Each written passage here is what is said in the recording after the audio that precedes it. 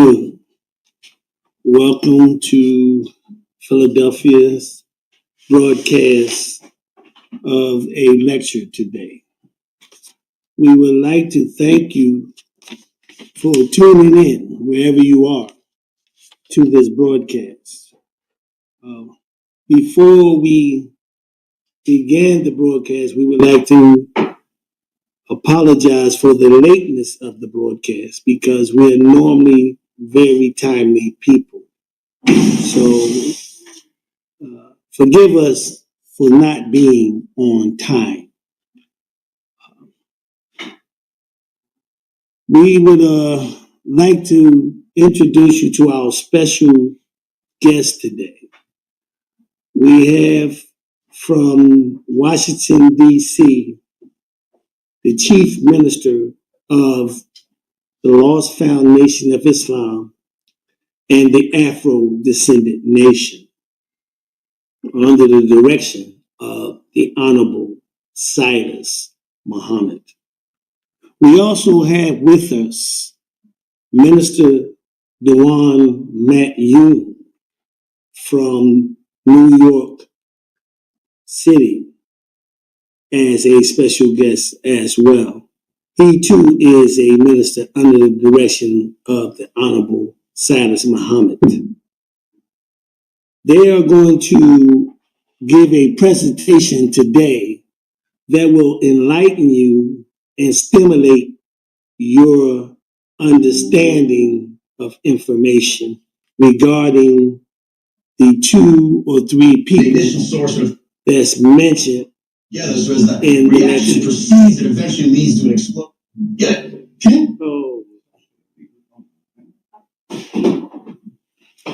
So, in order to open up the meeting properly, we need to do a few acknowledgments.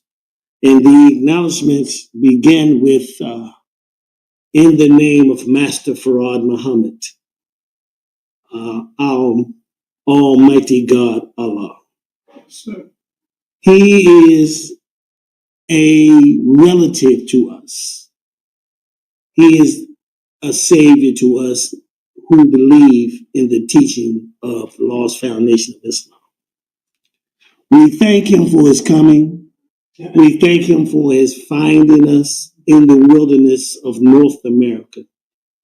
We thank him forever and forever for raising up in our midst our spiritual mother, Yes, sir. the most honorable Elijah Muhammad, Yes, sir. the last messenger to the old world. Yes, sir. We thank them both for the hard work they have done to resurrect our people. We also give thanks to the Honorable Silas Muhammad, Yeah, yes, sir. who was the first born to raise up and resurrect the lost and found nation of Islam.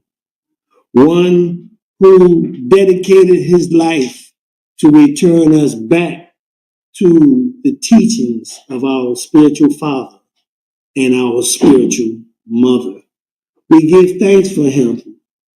We give thanks for his dedication in the international world of gaining respect for our people so that the world may know that we are more than just an object. Indeed, sir. Indeed. We give thanks to his wife in helping Mashaki, Queen Mashaki, Sir. Muhammad, and helping open the door in the international world for the most honorable Silas Muhammad. Right. We give thanks to her for her hard work. Yeah. Yeah. We give thanks to the staffs of Minister Najee from DC Yes, sir. and the staff from Minister Dewan from New York for helping them raise up the Silas Muhammad's work. Yes, sir. It's a hard work. It ain't easy. No, dealing with black people. Y'all all know that, right? So any little help that you help them with, we appreciate. We understand that it's hard. But these men are dedicated to the rise of the Afro-descended people in the wilderness of North America, as taught by the Honorable Silas Muhammad. I thank them for that. We also have a special guest, a special youth in our midst, which we'll be allowing her to come to the roster. And I am so excited to bring her to the roster. So we're going to present this message to you, the dreamers, Martin and Malcolm. And I'm excited. You should be too. Yes, sir. This is the very first broadcast in many years from Philadelphia. And I got heavy hitters with me today. Yes, I got some heavy hitters. So I'm happy. I'm excited. I don't know if you're excited, but I am. And I can't wait until they literally burn this roster up. So I have some information that the chief minister does want me to give. I also need to be thankful of the Philadelphia helpers. Yes, sir. Yes, sir. I couldn't have done this without them. They worked hard to help this meeting come to fruition. Sure. So I thank them too. I thank the laborers. I thank the officers. I thank the guests. I thank all who participated in helping us get this message out. Thank you very much. So I'm going to now, because this is not about me. This is about the helpers. I want to just get this message out. Let me just find my information that would help. All right, here we go.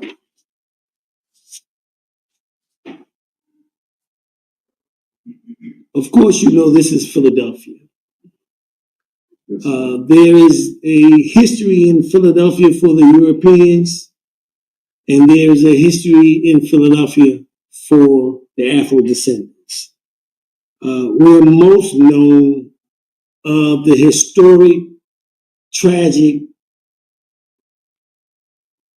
very tragic thing where in Philadelphia they dropped a bomb on our people. Mm-hmm. They did, sir. Yes, sir. That is known all around the world, that a military bomb was dropped on Afro-descended people because they did not agree with the lifestyle of the people. Well, we also have the collective identity of the European coming together in this city. And they came together in Independence Hall. And this site was where they decided to contract the 13 colonies in a constituted state of mind, as a group, as a force, as a reckoning. But as well, when they were constituting themselves, they did not look at us as part of the Constitution. No, sir. No, sir. They didn't plan for us. It was for them. Indeed. The black man, woman, and child in America was excluded from the rights that were given to the Europeans. Yes, sir. The property, they were known as property, our forefathers and foremothers. I don't know how that strikes you, But to think that you are no more value than a cow, no more value than a shovel, no more value than a mule. That's how our forefathers and foremothers were perceived when they came together. Property. Property.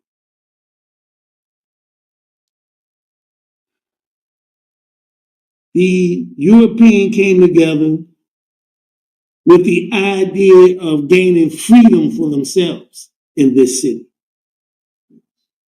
The idea of getting rights for themselves in this city, in this land, here in the Western Hemisphere, to break themselves away from the ruleship of the British, of the economic strife that the British put them under. So they came together and constituted themselves for their rights, excluding our foreparents. We want you to take a look at the lecture and take a look at how the white man projected his dreams for himself and dream for yourself. Dream how we should be moving the same way they move. We know that you have preconceived thoughts about what you're going to hear. When you look at the title, you already had conceived thoughts in your mind. What's this about? What they talking about Malcolm? What they talking about Martin? Oh, I already know this stuff. See, we know that. We already know how you think. But we're asking you to give us just a moment of clarity in your mind. Indeed. Let us present a viewpoint that you might not have known. Yes, sir. Give us a moment. Give us the freedom to explore other avenues regarding information about our brother Malcolm, about our brother Martin, about the Honorable Elijah Muhammad, yes, sir, and about the Honorable Cyrus Muhammad. Just give us time to explain these things to you. Let us also talk to you about the Afro-descendant nation and the goals that they're trying to ascertain. Just have an open mind is what we're asking when we allow this message to come over the internet. I do have one single thing I would like to give to you. Let me get this here. I want to read something to you from the Honorable Elijah Muhammad. And I'm going to remove myself from here. This is not this. Let me give you this here from the Honorable Elijah Muhammad. You say you love the Honorable Elijah Muhammad. So let's see how much you love his teaching.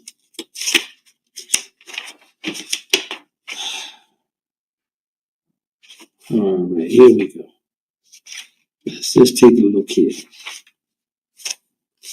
Yes, sir. Give me a moment, I'll give it right to you from the messenger's mouth. All right, here we go.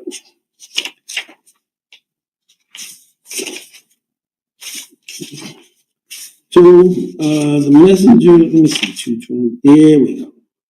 I want you in your spare time to go to page 240. The true solution. And I want you to hear what he says. What he says is the solution for our problem. Our problem, page 240. I'm going to give it to you very briefly. Will civil rights solve the so-called Negroes' problem? That's the question he puts before you. Right? Sure. Here's what he thinks. By no means. You hear? This is what he says. By no means will it. Or anything else except Allah solve our problem. Okay, you hear that, right? Indeed, sir. All right. There's more that he gives you. He also says, let me just give you this part. This is funny. Civil rights, according to the English dictionary, means the equal rights of a human being on the level of any other human being. That's a lot. That's a lot for you. All right? Because now you got to do some research. Are you on the level of any other human being? No, sir. Is that you he talking about? It's myself. All right, just listen right now. I'm gonna get off out of here. These rights are limited here in America. So us here in America, we don't have those rights. They're limited. First and foremost, check out those words. The so-called Negro needs human rights that will warrant his recognition as a human being by his slave masters. All right? You chew on that for a while. Because you got a job to do. You got to get recognition as any other human being in the world. And you got to get that recognition in which your slave master will recognize it. You got it? Yes, sir. Yes. All right. Now remember, the lectures is dealing with what? The mindset of Malcolm, the mindset of Martin, the mindset of Messenger Muhammad, the mindset of Silas Muhammad. Yes, all right. Now keep this in mind. And then look what Messenger Muhammad said. So I'm going to leave that for you to chew on. yes, sir. Chew on that and see what you come up with. Do you have human rights? No, Do you have them? no, sir. Right? Do our people out there have human No, rights? sir. No, sir. No, sir. Did our brothers and sisters here in Philadelphia that got bombed have human rights? I know, man, sir. Okay? So with that, I'm going to bring up a man that I wish I had the fire he had. This man is so dedicated to helping our people that he will sacrifice life and limb. I know that to be the truth about him. He is a warrior for truth. He loves truth. Yes, sir. He loves the act of truth, right conduct. He loves anybody that does good for our people. Sir, sir. The Honorable Silas Muhammad has a warrior in his midst. Sir. And this warrior, I'm glad to be associated with. Sir. His name is Minister Dewan Mail. Come on up, please, sir. Sir.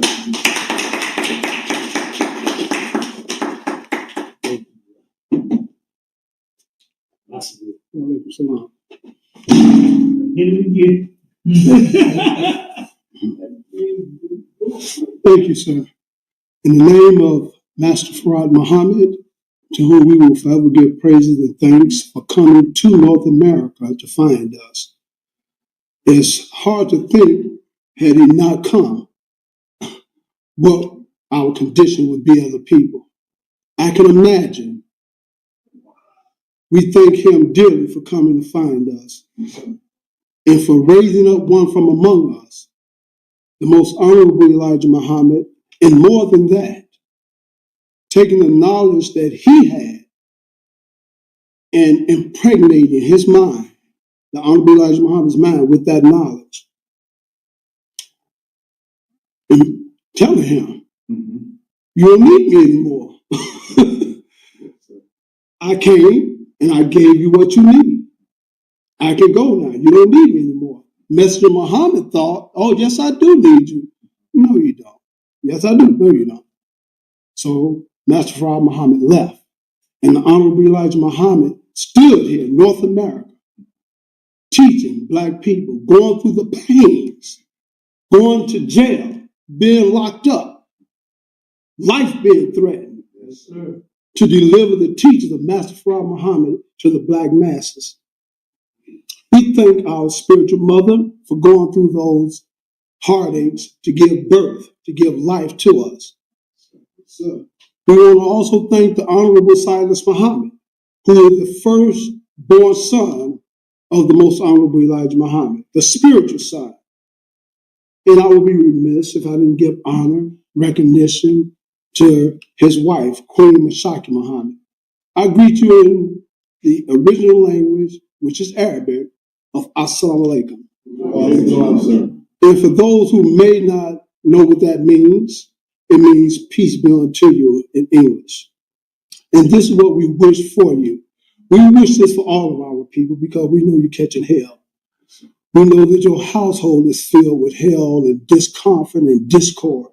So we want you to have peace. Yes, sir. The only true way you can have peace in honesty is through your own nature, which is Islam. And Islam is life. But we're not here to talk about that right now. We got some important issues to deal with. We have a whole nation of people that is in danger right here in the confines of America that need to be awakened. We have a whole race of people that is dead to the knowledge of who they are. And they will argue with you and tell you that they're not dead. But a living man and a living woman can tell you that you're dead. You're dead, so you don't even know you're dead. So therefore, we're here to help you, to give you information that will hopefully awaken your mind, your consciousness, to stand up and to do something in this great war that is being fought for reparations, this great war that is being fought for self-determination. This great war that's being fought for Afrodescendants. Now, more about Afrodescendants I'll go into later. I don't have a lot of time, so I'm going to be hitting points because I want to bring forth the man who's going to give you a compact message that should be really uplifting to you. I know what he's going to talk about, and I'm anxious to hear him myself. Where he get this information from, I do not know. How he dig this information up, I don't know, but you're going to hear it in a few minutes. Chief Minister Najib Muhammad. It's a lot people don't know about this man, Najib Muhammad. I want to personally thank Minister Najib Muhammad and his beautiful family. You might say, thank him for what? Do you know that this man, Najib Muhammad, took his family and traveled to 8 to 10 states in America on a reparations tour? Listen here, we're talking about plane fare. That's a lot of money. 8 to 10 states, your whole family is going with you. Plane fare. We're talking about hotel. We're talking about food. We're talking about rental car and gas to put in the rental car. He used his own money to do this from his family to teach through 8 to 10 states about reparations. What is it about Minister Najib that made him do that? To sacrifice his family's income,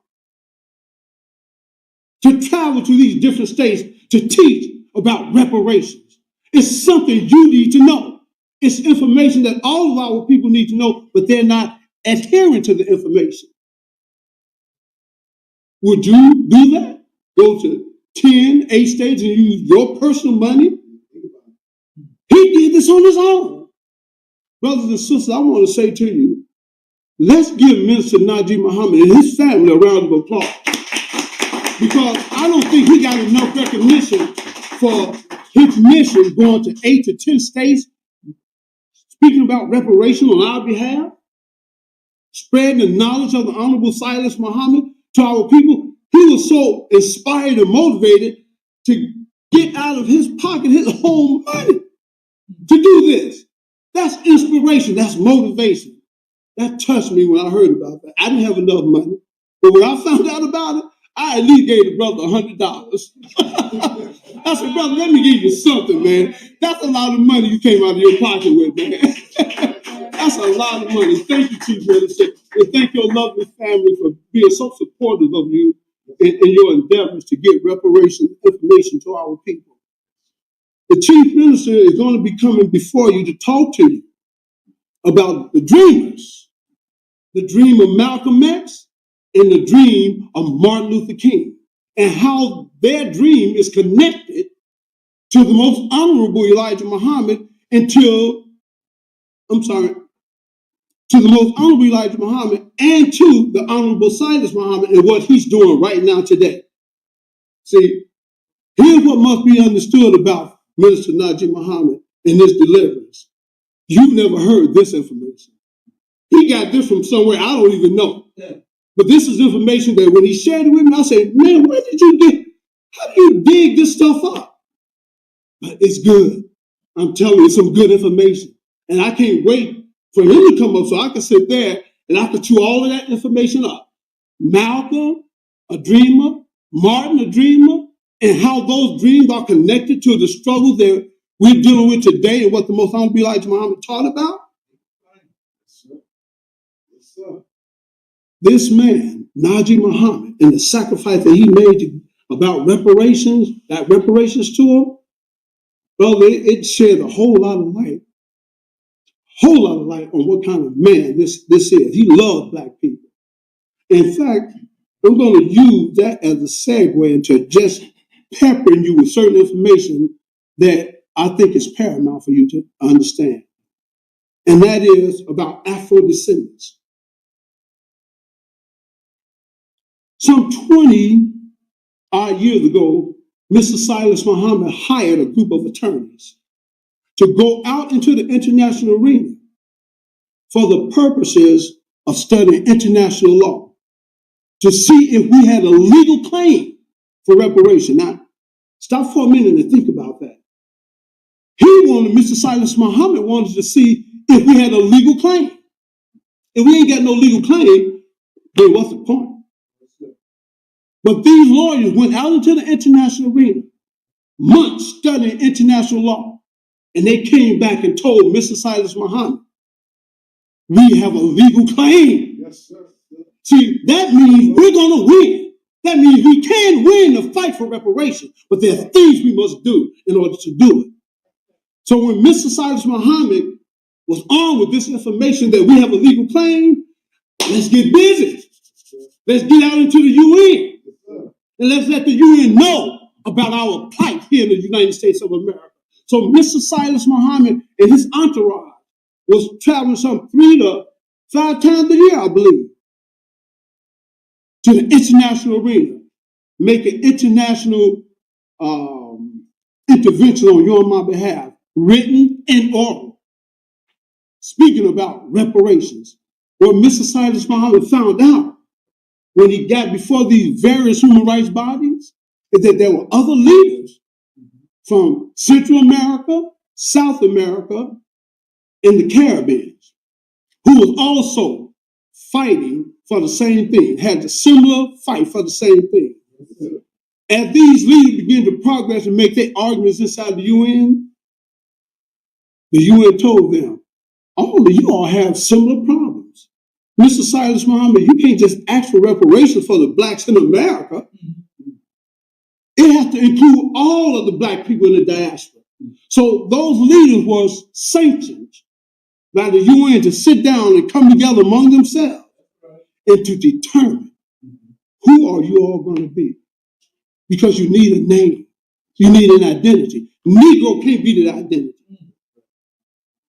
Colored people cannot be an identity. That's not an identity. African American cannot be an identity. That's not an identity. Those are identities that was given to us by other people. We need to determine for our own selves, who are we and what are we going to be? You're certainly not a Negro. You're certainly not a colored man. You're certainly not an African, nor are you an American. You're neither one of those. Through your experience of 400 years of integrating with white America, we are a different and a completely new people. But as we are a new people, as we are a new minority, who are we? Please understand this, my beloved. In order to achieve reparation and to be successful at it, in order to sue the United States of America, we needed a name to represent us. We couldn't use African American. We couldn't use colored people, Negroes. We couldn't use that. So those leaders sat down among themselves and they determined what name are we going to be called by for the rest of our lives until eternity. The name that came up, Afrodescendants. That is the name that we are suing that we will sue the United States government in. Afro-descendant nation versus the United States government. Now, I want you to understand, America is aware. She is aware of this new identity, Afro-descendant.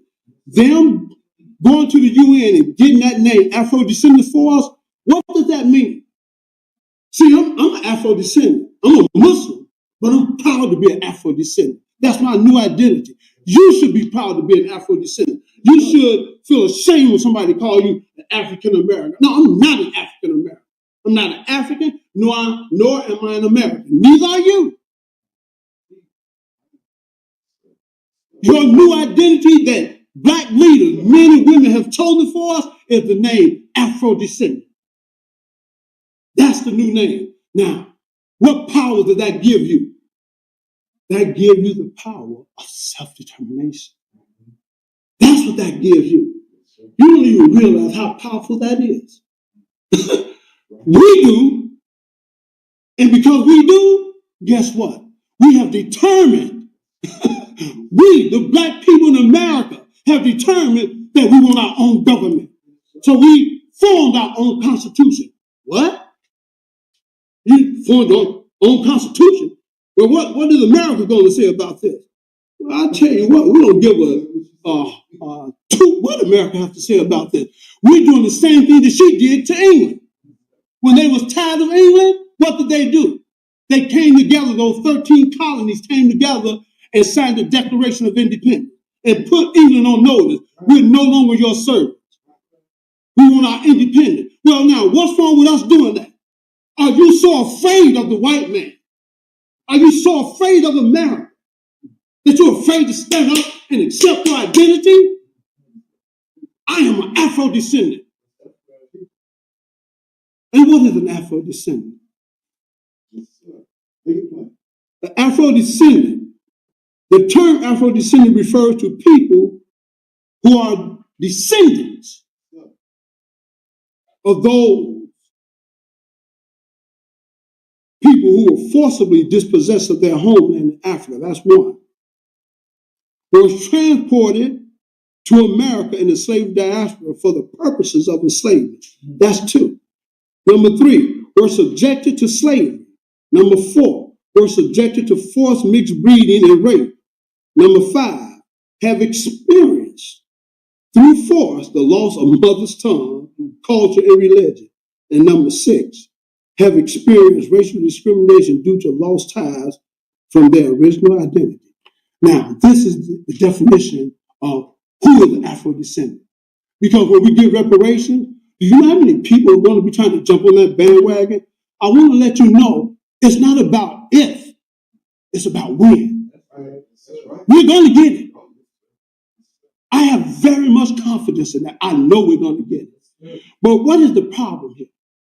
The problem is we have other groups that are out there and they're fighting for reparations as well. We commend them on that. Because in this great war of Armageddon, the fight for reparations is hitting on the bottom, the middle, and the top. We're coming from all levels to attack this U.S. government and demand full and complete reparation. Reparation for what? What is your name? You don't know it. What is your language? You don't know it, neither do I. Are you aware that we are the only people on this planet Earth that can't speak our mother's tongue? Are you aware that we are the only people on this earth that don't even practice our own culture? Are you aware that we are the only people on this earth that is practicing a religion and worshiping a God that we didn't worship and practice when we were in Africa? So therefore, we're mimicking a culture of another race of people. So who are you? You don't know. That's why those leaders had to sit down and determine a new name for us, an identity by which we can attach ourselves to. This definition, Afrodescendants. That's who we are now. No more African American. If you filling out the application, don't put down there, no, I'm African American. If they say other, put Afro-descendant.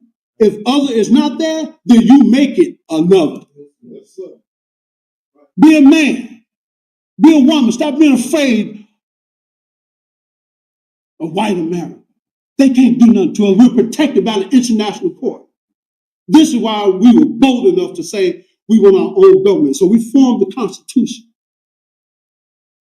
And not only did we form a Constitution, we started a government. We got a president, yes.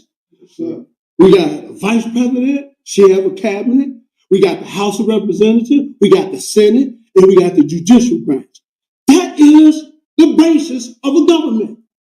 America knows that it exists here, right now, today, in your midst. There is a black government. Man, listen, you should be happy. There is a black government, got black people that is fighting our case for reparations, and that's going to negotiate with the United States government for reparations. Our president, who is a female, Akita Mukaran, is representing the Afro-descendant people. Here's the problem, my brothers and sisters. You got this group want reparations. This group want reparations. All these different groups want reparations. All these voices. There's a meeting taking place in Georgia that's going to bring these voices together to speak with one voice.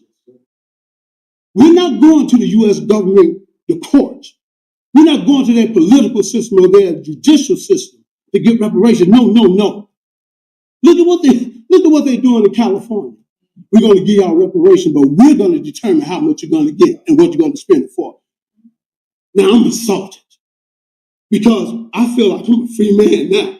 Now, if I'm an Afro-descendant, you don't tell me what you're going to give me. I'm going to tell you what you owe us. See, because what you owe us, you don't have enough to pay us. I can't speak my language. That's damage. Yes, sir. And that damage can't be repaired. Because I don't know what language I spoke. We were from many different tribes. I don't know what culture I practiced because we were from different tribes. But that was damage to you. Why haven't they paid you? Why did they pay the Indians? Why did the Japanese get paid? Why didn't you get paid? Because they disrespect you. The reason they didn't pay you because you're not a human. That's a hard pill to swallow. You feel and you know within yourself you're a human, but according to international law, you're not a human. What makes you not human? What makes you different from the other humans on this earth? They can speak their own language. They can practice their own religion. What religion do you practice? Christianity. What culture do you practice? Christmas, Easter, Thanksgiving. Whose culture is that? Were you practicing that in Africa? Were your name Smith? Were your name Jordan? Were your name Jefferson in Africa? When we look at those names, we can trace those names back to Europeans. Here's Alice Haley, who found his roots to show you how dead we are. He kept the name Alice Haley. There's no way I'm going to find out my identity. I'm going to keep the name of my slave master. No, I'm going to get my original name. But that shows you how we're dead as a people. We can know the truth, but it don't affect, I don't care. I just want to live my life and watch TV and go to work and have babies. And subject my children to the inhumane treatment like I got, and like my mother before me got, my father before me got. And your children and children, if we don't stop this foolishness right now, they're going to grow up to be underlings, to be a servant for the rest of their lives for America. Mm-hmm. That ain't going to happen. You know why that ain't going to happen? brothers like Najee Muhammad, brothers here, sisters. We're standing up and we're fighting tooth and nail to get reparation. We can't wait till this young man get big to do it. We got to do it now. This generation got to do it. And this is why right now we need our people to do one thing. Right now, just one thing. We need you to accept your new identity, Afro-descendant. That's what we need. Don't be scared. Nothing's going to happen to you. Yes, sir. That's my word. Nothing is going to happen to you. You know why America's not going to do anything to you? Because she wanted to keep this quiet. She know we exist.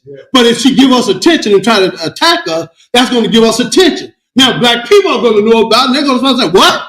Afro-descendant? All we need to do is accept that and we can get reparation? Yes! That's the only thing holding us up. And this is why there is a movement going on right now with other reparations groups to speak with one voice. See, because when we want reparations, brothers and sisters, let me tell you, we don't want just no money. This is not about just money.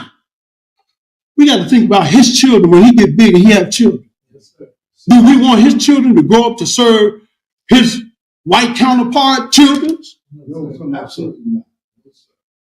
You will never be respected as long as you continue to call yourself an African American. Never.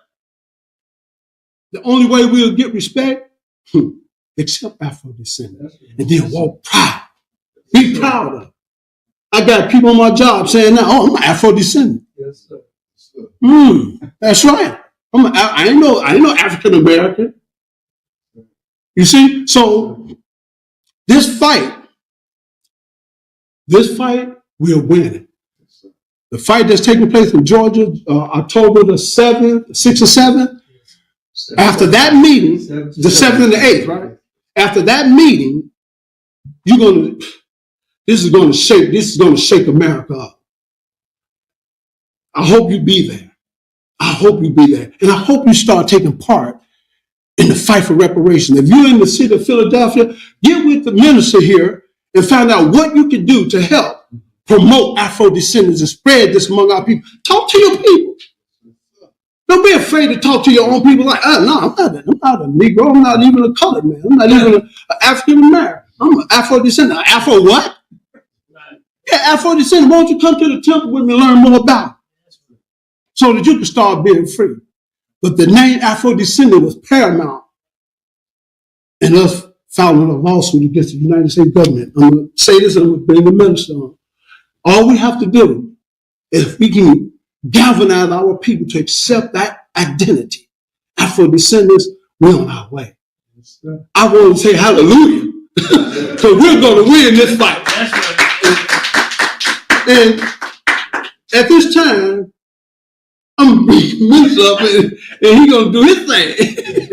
But I want to thank you all, and I want y'all to be happy, feel good about what's going on here, because we're winning this fight. All praise be. Yes, sir. Yes, sir. I told y'all, right? That's my brother. That's fire right there, right? I tell you, we got to be thankful that we have amongst us people who are willing to sacrifice for the future. Yes, sir. The future. We're getting old. I don't know how much longer we're going to be around. But the fight continues. By all means. And I asked Minister, I said, Minister, what do you think? I would like to bring Celia up there. And he said, well, I'll ask her. Because she practices freedom and justice within his family. He wasn't going to make that decision without asking her. So he said, listen, I'll ask her for you. I said, well, my mindset is, yes, you see us, but I wanted you to hear a young, vibrant voice. Yes, sir. Yes, sir. Somebody young that's in the fight. Right. Somebody young that's looking toward the future for all of us. So I want to bring her up for a few words. She said, I'll do a few words. Yes, sir. But I want her to come up so you can feel the spirit of youth. Indeed. Youth. When you ready, sister, come on up here.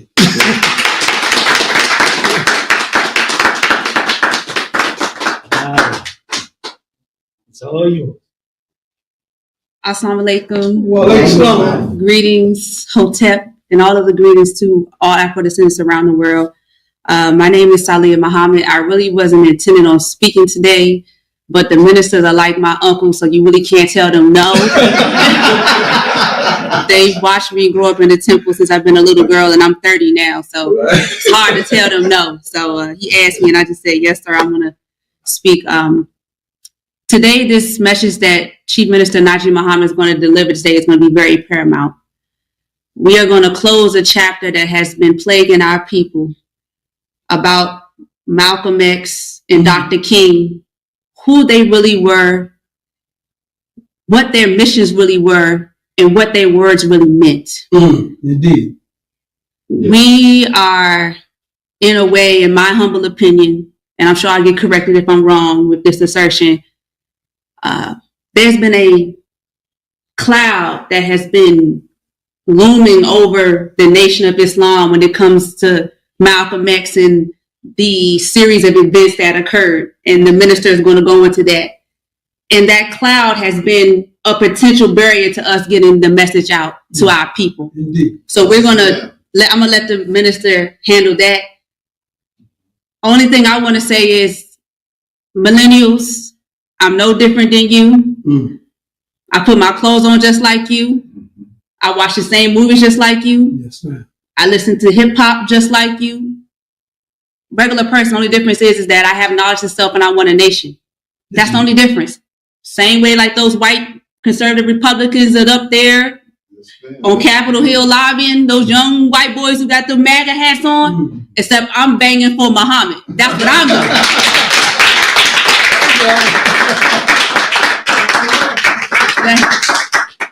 That's my set.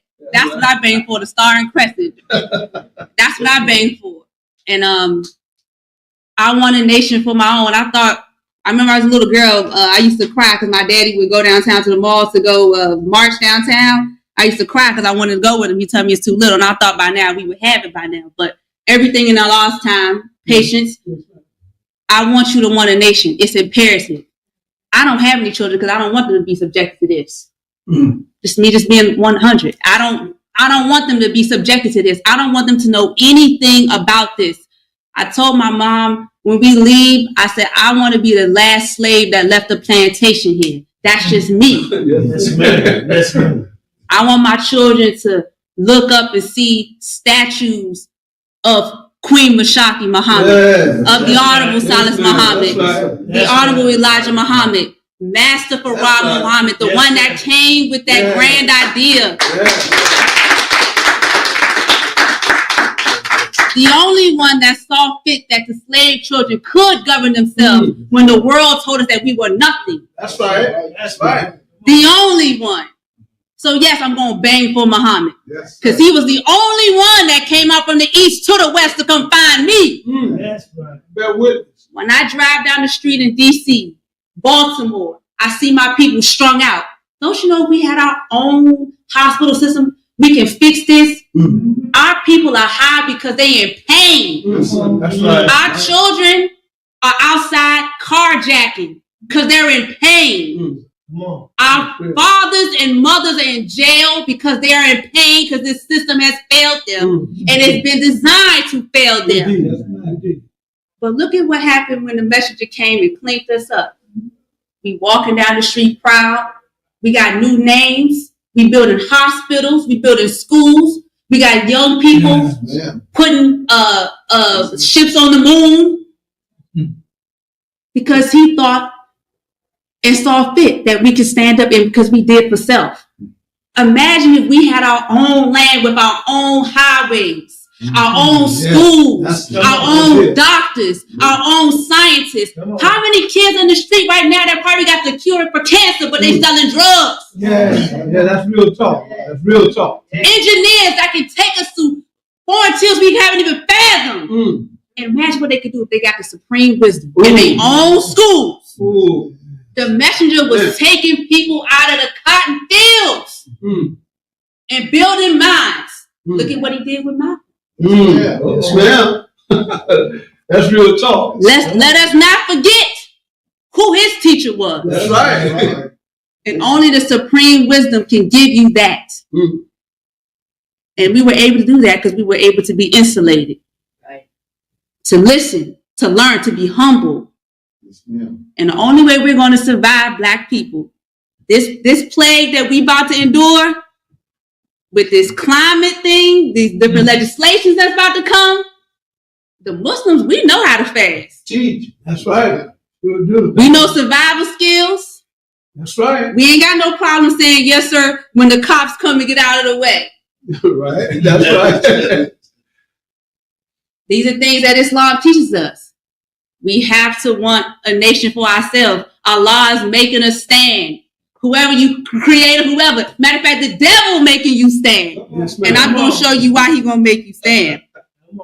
Article came out. Texas lawmakers are trying to block federal funding for states that create laws to pay reparations for slavery.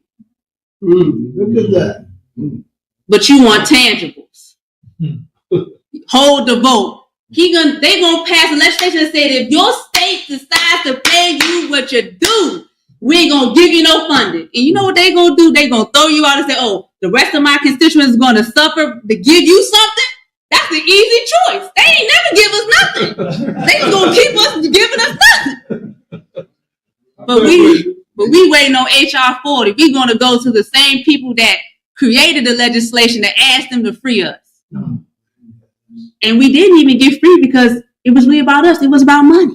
Should we industrialize or should we keep making money off of cash crops?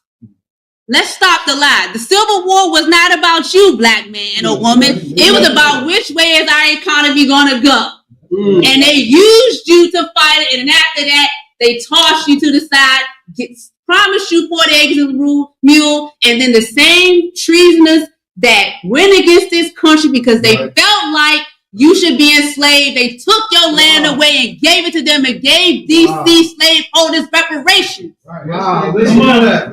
Come on. That's real talk. That's real talk. They don't teach you this in school. They don't teach you to want something for yourself. They teach you to get a job. Yes, they do.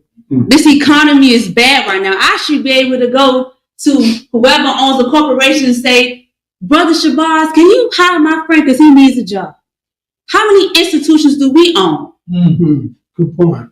How many manufacturing plants do we own? How many farms do we own? Bill Gates owns all the farms. What we gonna do, Black man, when the food supply go down? Listen. When the water goes down, when the grid goes down. But if we had our own nation, we wouldn't even have this problem. So I hope when we hear this message today, come with an open mind, come humble. And I hope when it's done that we all leave with a government that we can call our own on our mind. It is imperative. And I'm going to spill like this even if I don't see it in my lifetime. Dr. King talked about he may not get there with you, but he saw it. He was able to, the idea in itself. It wasn't something that was even fathomable for our forefathers. If Nat Turner was here, he'd be standing over here with us. If Harriet Tubman was here, she'd be standing with us. Matter of fact, she probably had a pistol saying, what's taking y'all so long? That's real talk, man. Frederick Douglass was here. He was one that all of our freedom fighters. So we owe it to ourselves, our people, and the ancestors, because but for them, we wouldn't even be here. That's right. That's real. They made the ultimate sacrifice for us. Yes, to live and endure. To live and see another day. They didn't have the convenience of opting out. That's right. They just had to keep going and pray. So, Chief Minister, I hope they're ready for what you have to say. It's going to be a historic message. And thank you so much for having me. Yes, ma'am.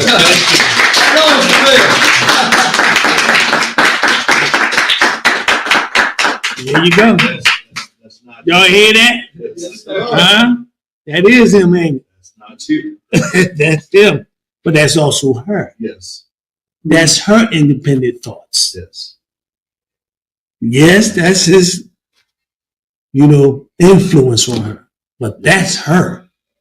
That's what I wanted the youth to hear. Indeed, sir. I wanted them to feel that from her, because we need that. We need their energy. Indeed. And I'm so happy she accepted to say those few words. I knew once she got up here, she was going to feel. I knew. I said, once she get there, she going to get the revved up. I said, yeah, just keep on talking. Keep on talking.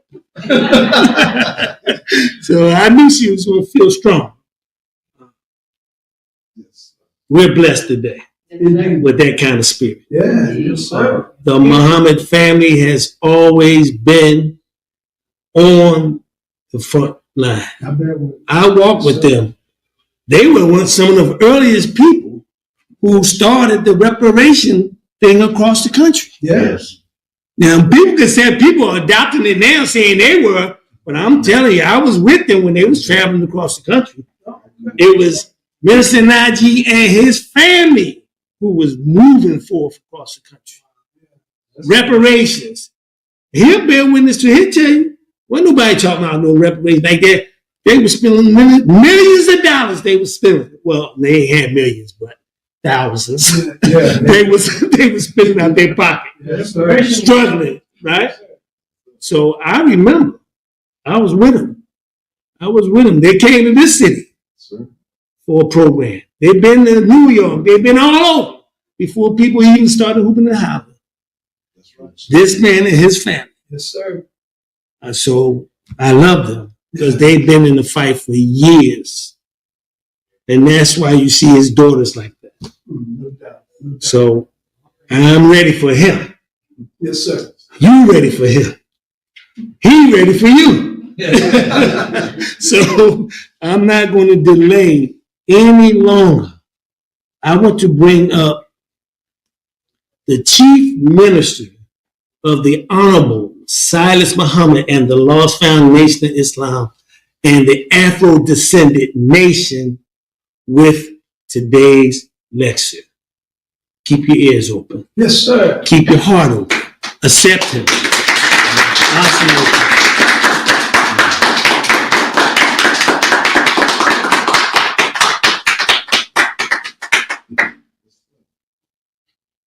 Thank you, Minister Ishmael al-Islam. It is an honor and a pleasure to be in the city of Philadelphia. I thank Minister Ishmael and his staff for coming to Washington, D.C. and assisting me over the years. I thank my brother, Minister Dawan Matyun, who have been traveling from New York to assist me. Thank you. Yes. Thank you, Lieutenant Jamal. Thank you.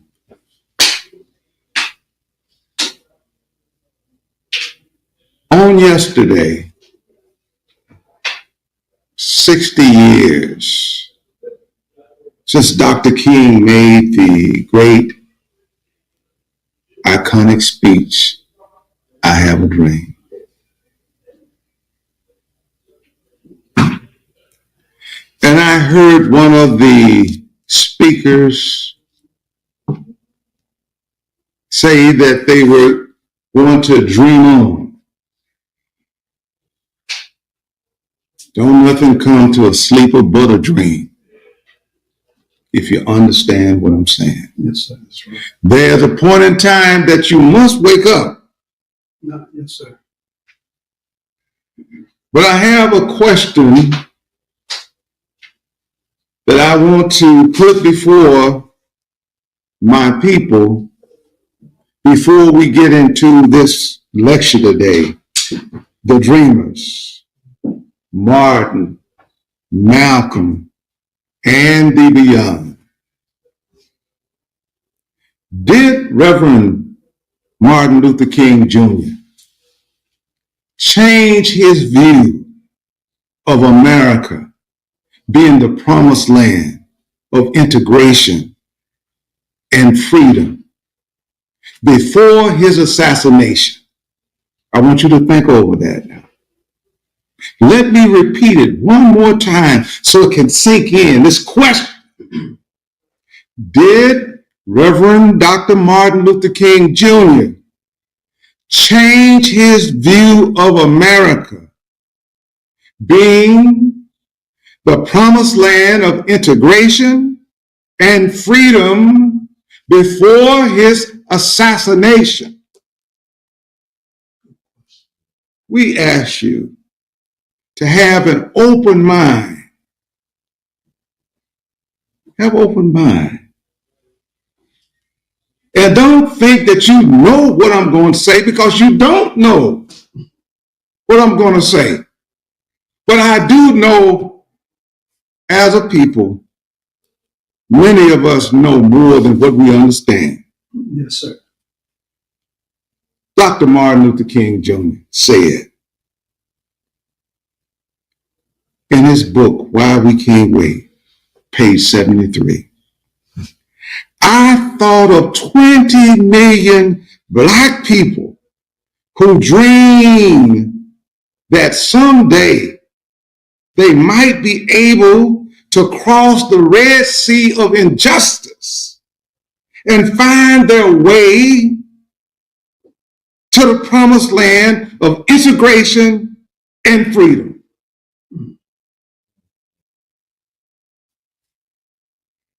Did Dr. King change his view before his assassination?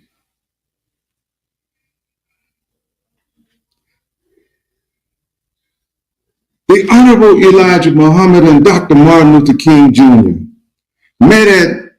met in his home in Chicago in 1966.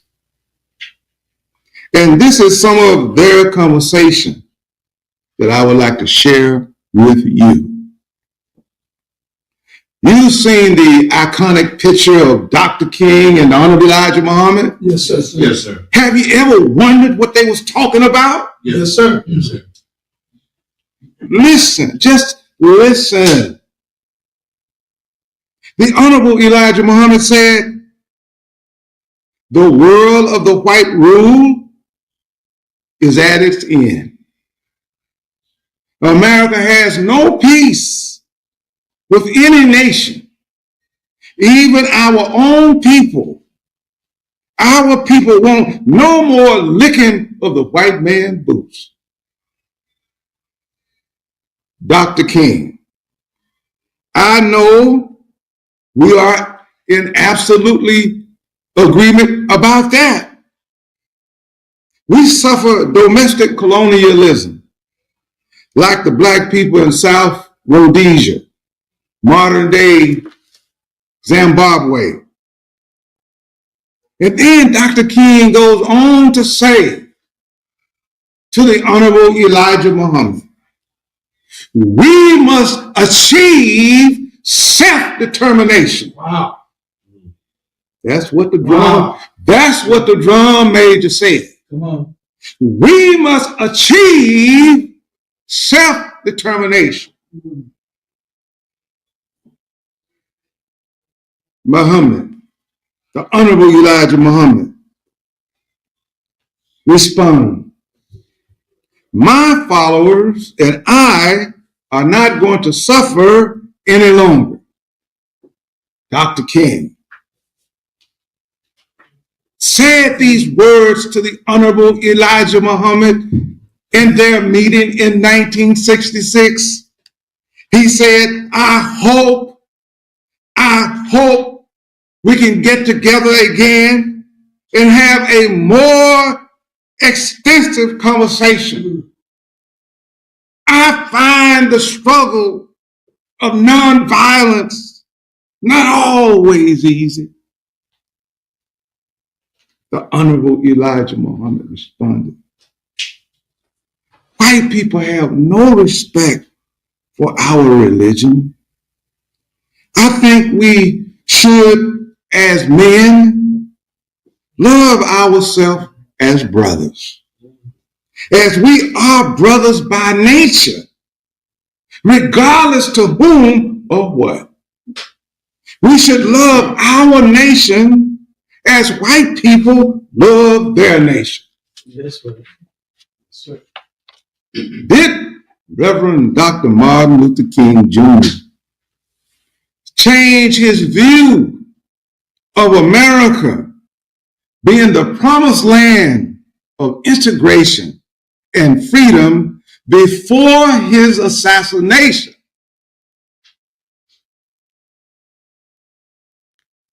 In his own words, Dr. King said his dream had become a nightmare. Show the video of Dr. King's confession. I have a dream today. I must confess that that dream that I had that day has at many points turned into a nightmare. Show the photo of Dr. King and Harry Belafonte.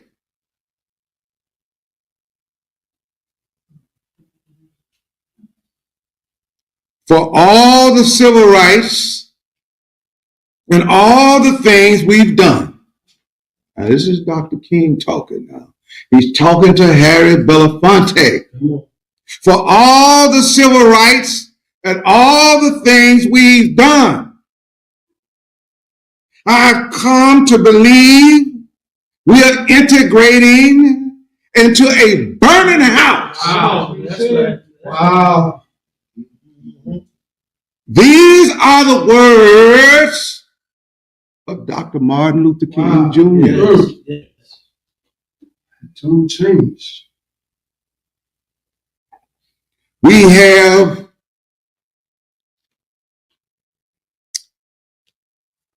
been watching the weather. Have you really been watching the weather? Yes, sir. That's right. Come on.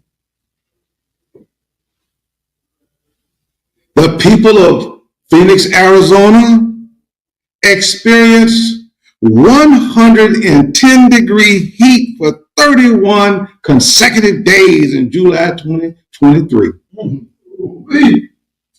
America is on fire. Yes, sir. Indeed. Yes, sir. Show the video talking about this woman in Phoenix, Arizona, who said words to the effect that just walking 6 blocks to the store, she could end up dead because of the heat. Wow. Sun goes down and I'll walk up the street to the store. I said, Show the clip there's no way I can walk to the store right now. of Doc. I won't make it. It's too hot. I've So been I to don't the have enough mountaintop. water or whatever I need inside of me because I've been homeless, being neglected to my nutrients. To walk to the store means death. And that shouldn't be an issue here in America. Decide whether you should walk to the store and stay in the shade because you're going to die.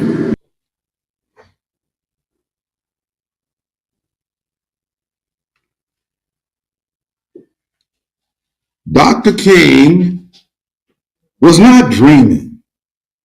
He was wide awake. Wide awake. And we ask you the question again. Did Reverend Dr. Martin Luther King Jr. change his view of America being the promised land of integration and freedom before his assassination? Dr. King, he examined the United States Constitution closely. And after examining the Constitution, Dr. King said, now we are approaching the areas where the voice of the Constitution is not clear. We have left the realm of the constitutional rights and we are entering the area of human rights. Do you hear me? Yes, sir. Yes, sir. It appears that Dr. King is beginning to wake up, right? Yes, sir. Yes, sir. Now, we've all heard the iconic speech from the lecture or the speech, The Mountaintop, right? Yes, sir. But how many of us truly understood what Dr. King was saying? Come on. Not many, sir.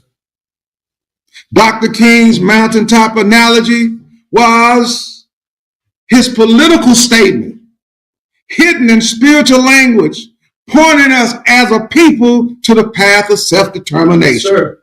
Yes, sir. I want you to listen to Dr. King now. 3 months before his assassination, he said to his staff, "We have an ultimate goal of freedom, independence, self-determination, whatever we want to call it. But we aren't going to get in all of that now. And we aren't going to get all of that next year." He continued, "Let's find something that is so possible, achievable, so pure, so simple, that even the backlash can't do much to deny it. And yet, something so non-token and so basic to life that even the black nationalists can't disagree with it that much." Do you hear the words of Dr. King? Yes, sir. Institutional racism is America's burning house, affecting Afrodescendants every day. Yes, sir. Am I right? That's right. 100%. When you're stopped by the police, Yes, sir. you're being affected, right? Yes, sir. When they shoot Afro-descendants down in the street, That's right. the families are affected, right? Yes, sir. Yes, sir. Institutional racism. When Dr. King and the civil rights movement knocked down the walls of segregation, failed to realize that he was in a house, a burning house. Institutional racism. That's it. Yes, sir.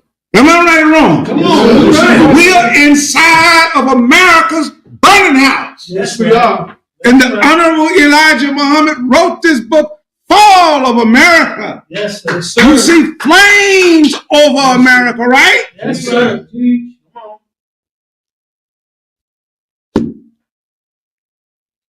Dr. King said, we must achieve self-determination, agreeing with the Honorable Elijah Muhammad. Yes, sir. Yes, sir. That's right. And what did the Honorable Elijah Muhammad say about self-determination? What did he say? Now that Black Americans are insisting in great numbers that we have a right to self-determination. Yes, sir. Wow. Those are the words of the Honorable Elijah Muhammad. That's right. Sir. Both statements are consistent with the teachings of the Honorable Silas Muhammad. That's right. That's right. What did he say? Afro-descendants, you have the legal right to self-determination. Yes, sir. That's right. Yes, sir. I just connected the dots. Yeah, yes, sir. Dr. King evolved from integration to self-determination. That's right. Yes, he did. With the knowledge that land is the basis of independence. Yes, sir. When he said, I may not get there with you. Listen to that. I may not get there with you. But we as a people will see the promised land. He was expressing a political thought. Think about that. That you didn't understand. You thought that he was still dreaming. Yes. Come on. That's right, Chief. Break it down, God. Dr. King, using the word there as defined by Merriam-Webster's dictionary, means as in or that place. That's right. Not America, that place. That's right. He can't be. Come on. No, sir. No, sir. If you stay in a burning house, what? Right. You get burnt up, right? That's right. Come on.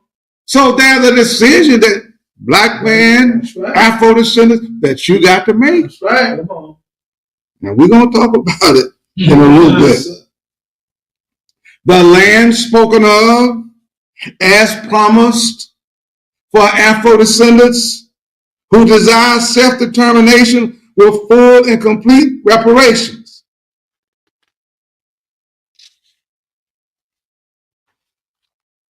There is no doubt in my mind that the dreamer, the drum major for justice, struck down by an assassin's bullet before a second meeting with the Honorable Elijah Muhammad could take place, would have stood with the Honorable Elijah Muhammad for the greater good of our people.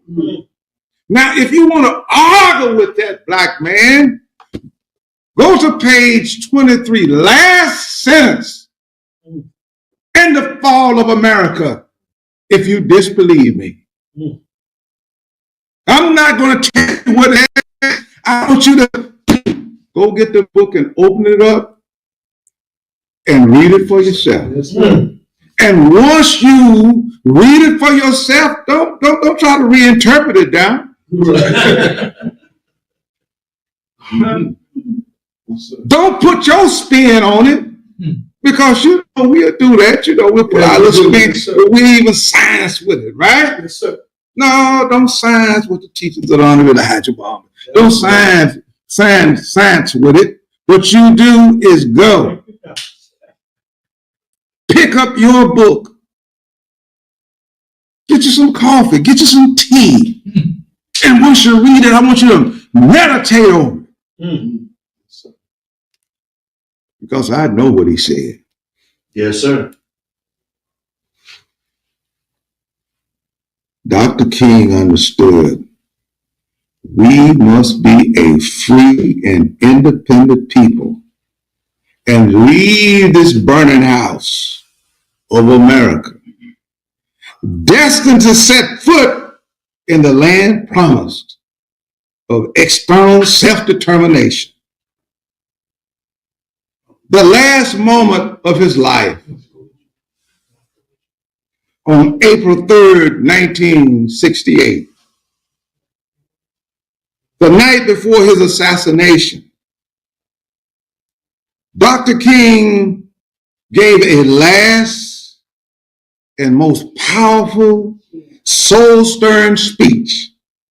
I've been to the mountaintop, indicating that his mind underwent a powerful, cataclysmic paradigm shift. Wow, about that. Did you hear me? Yes, sir. Yes, sir.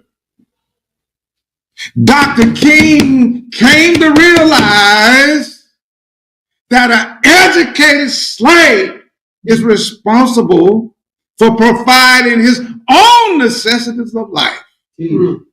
Listen to that. He came to that pure understanding because he sat with the Honorable Elijah Muhammad. Think about it. And his mind was elevated. Yes, sir. Do you hear what I'm saying? Yes, sir. Yes, sir.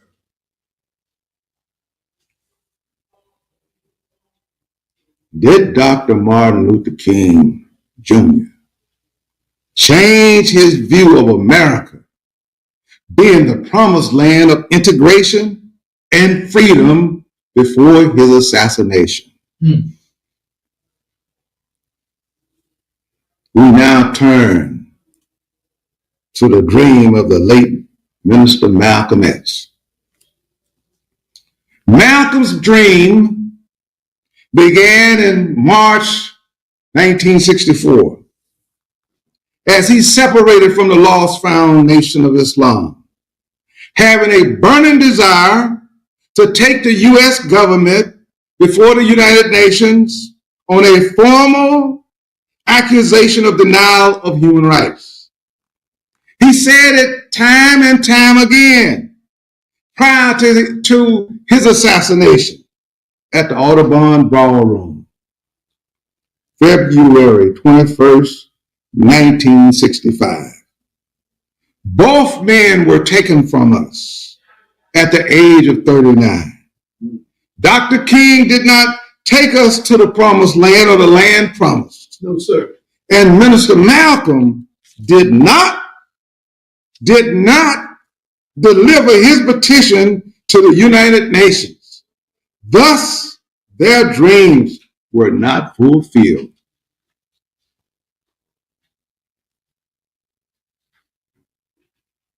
I would like to also share an interview with you of Malcolm on the subject of education by Kenneth B. Clark. Clark, did you go to high school in Boston? Malcolm, no, I've never gone to high school. Clark, you never gone to high school? Malcolm, the 8th grade was far as I went. Clark, phenomenal. Malcolm, and I want you to listen to this closely. Listen to Malcolm's words, not your words, but Malcolm's words. Everything I know above the 8th grade, I've learned from Mr. Muhammad, talking about the Honorable Elijah Muhammad. He's been my teacher, and I think he's a better teacher than I would have had I continued to go to the public schools.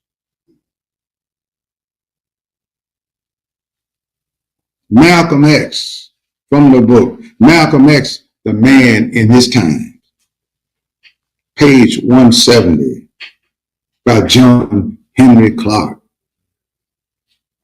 Many Afrodescendants did not acknowledge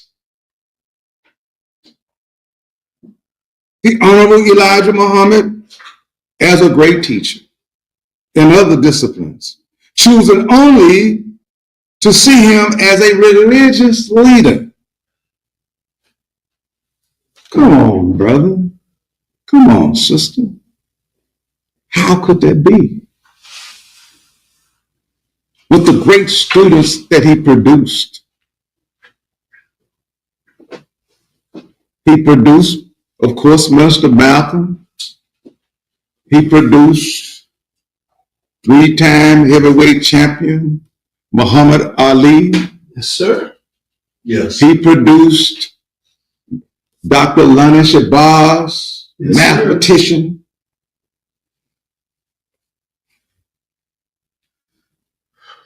The Honorable Silas Muhammad, Queen Mashaki Muhammad, Minister Louis Farrakhan, and many others.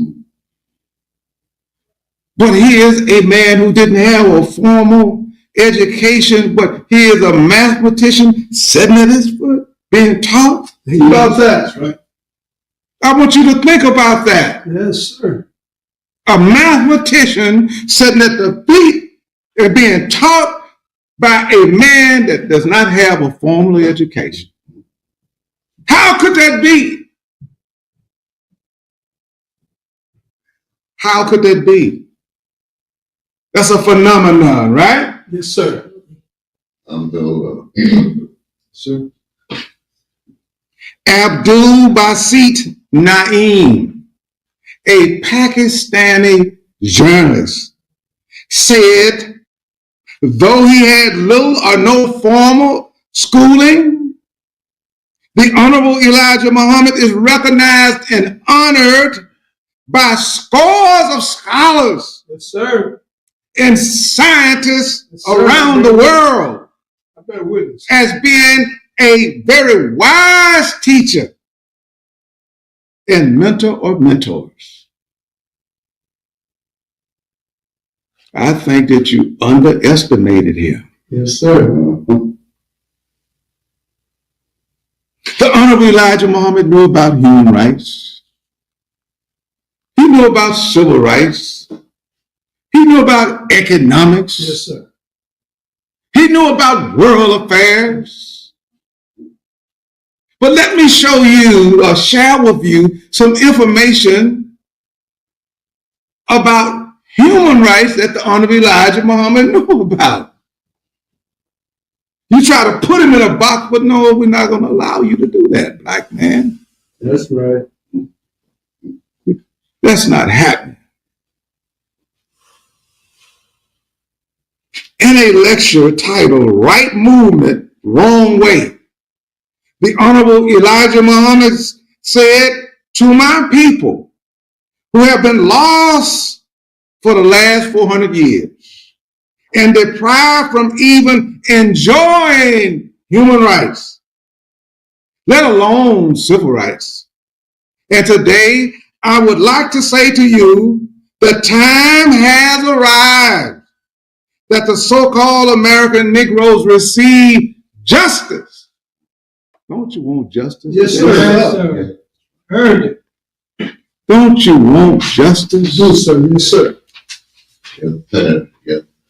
I've been across this country visiting different cities, and I see our people in pain. One of the things that pained me on yesterday when I was in Washington, an Afrodescendant man was standing on the concrete island, cars going north or east, west, north, south, or what have you. And this brother had a sign. It was an unusual sign. Nigger needs help. Wow. That pained me. That pained me. And it should pain you. Here is a brother with a sign, Wow. soliciting money. Nigga need help.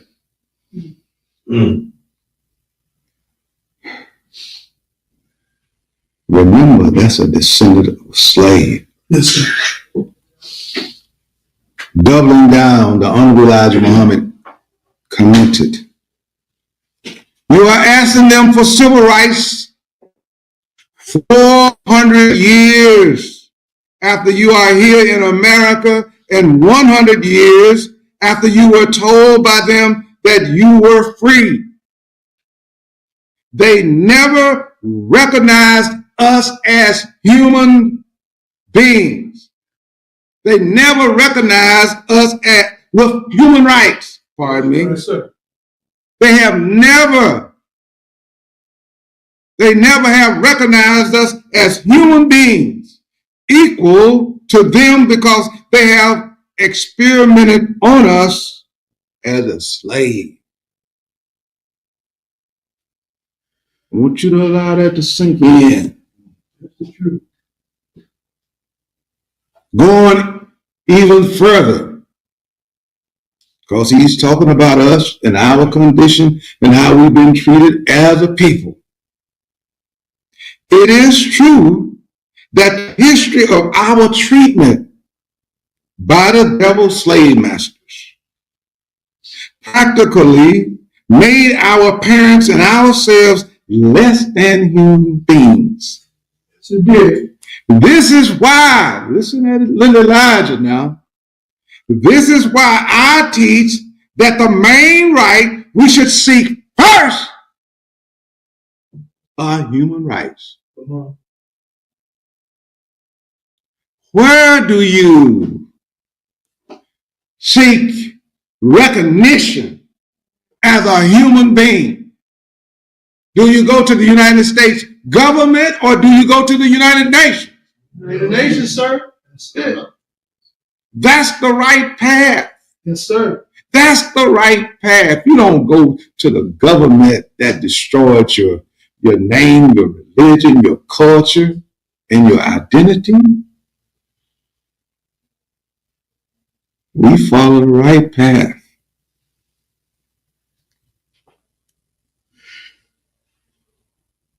Hear how the Honorable Elijah Muhammad distinguished human rights from civil rights in this quote. And I'm echoing Minister Ishmael al-Islam because he gave this quote. Civil rights, according to the English dictionary, means the equal rights of a human being on a level with any other human being.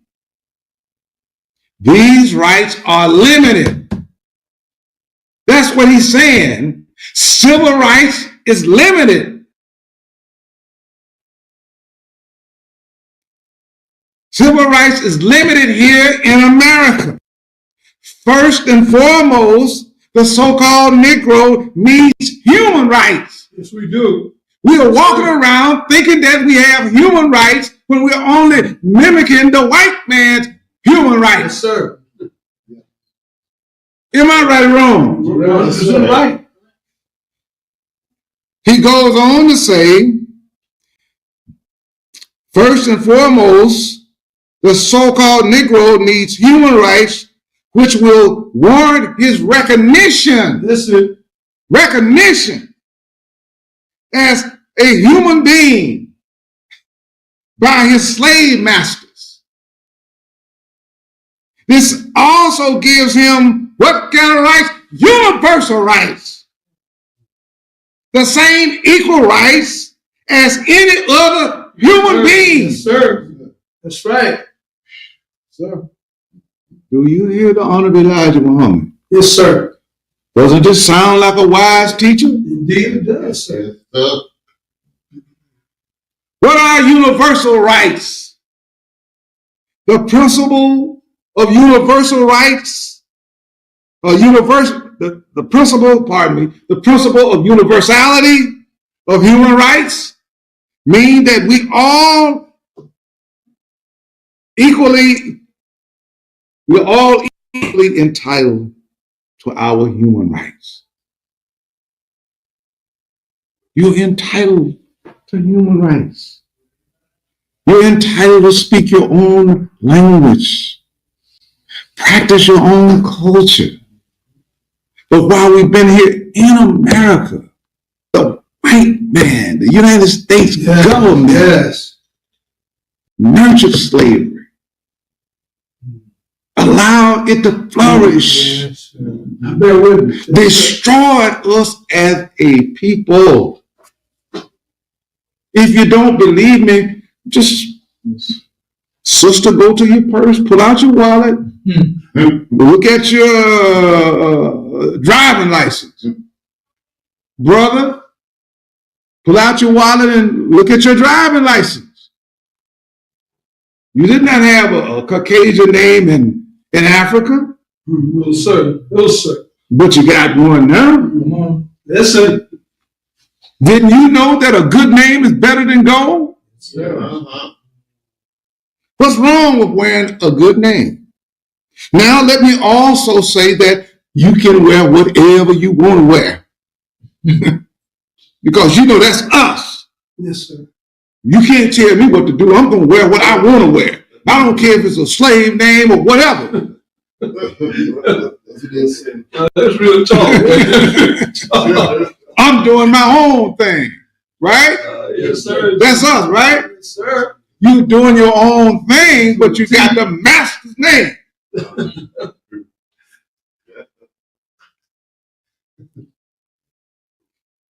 It was the Honorable Silas Muhammad who took our case before the UN, Yes, sir. addressing America's denial of our human rights.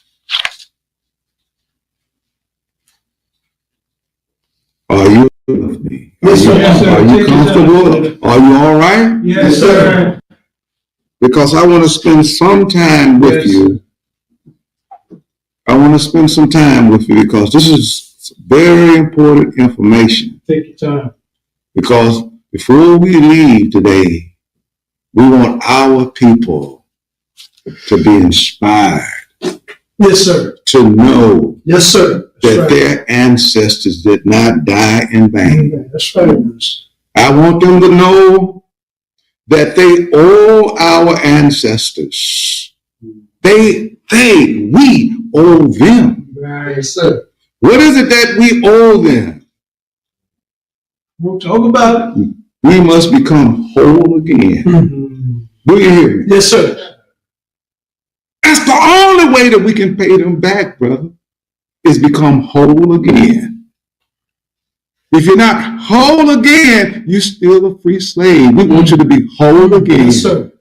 Is anything wrong with that? Nothing at all, sir. Is anything wrong with being the president of your own country? No, sir. Is anything wrong with riding around in a Shabazz? No, sir. Is anything wrong with riding around in a Saline comparable to the Rolls Royce or even greater than the Rolls Royce? Nothing wrong with that at all, sir. I want to see our children's children control their own destiny. Yes, sir. Like any other independent people. That's right. I've been sitting back and I've been watching and I have been observing. For at least 44 years, I have been watching and observing. I have been watching, taking notes over the past 44 years, trying to understand this war of misunderstanding. A war of misunderstanding concerning Malcolm's death and the domestic life of the Honorable Elijah Muhammad. Listen. This has prevented us from achieving unity Yes, sir. for over 50 years. Yes, sir. We got to bring it to a close. Yes, sir, Chief. We got to end it, and I plan to end it today. Our collective unity is the power we need to bring America to justice. This is not a pipe dream. No, it's not. Or an exercising for futility. This is real. This is real. This is real in the mind of Silas Muhammad. Yes, sir. This is real in the mind of Attorney Malik Zulu Shabazz. Yes, sir. It's real in the mind of many of our people. It's real in the mind of the people that will be meeting October 7th and 8th Yes, sir. in Atlanta, Georgia. It's real. It's on the way. Yes, sir. Praise be. This is a day that they didn't want to see coming. It's here now. Here now. Can't stop. Can't stop this. You cannot stop this white man. We're wide awake. Joe Biden's ancestors owned slaves. Barack Obama's ancestors on his mother's side owned slaves. Mitch McConnell's ancestors owned slaves. Now, just the truth. Yeah, tell it. We're not dreaming. No, sir. This is reality. This is real, sir. We want our children to have a future. That's right. Yes, sir. Yes, sir. Am I right or wrong? 100, right. 100, my brother. No wonder they didn't want us to read. That's real talk, Chief. Too late now. It is too late. Too late. White man, we have studied you. Yes, sir. We saw what you did with COINTEL program. Oh, that's right. We saw what you did when you had the ghetto informant program. We saw that. We saw what J. Edgar Hoover did. We did, sir. We did. So, brothers, let me tell you now.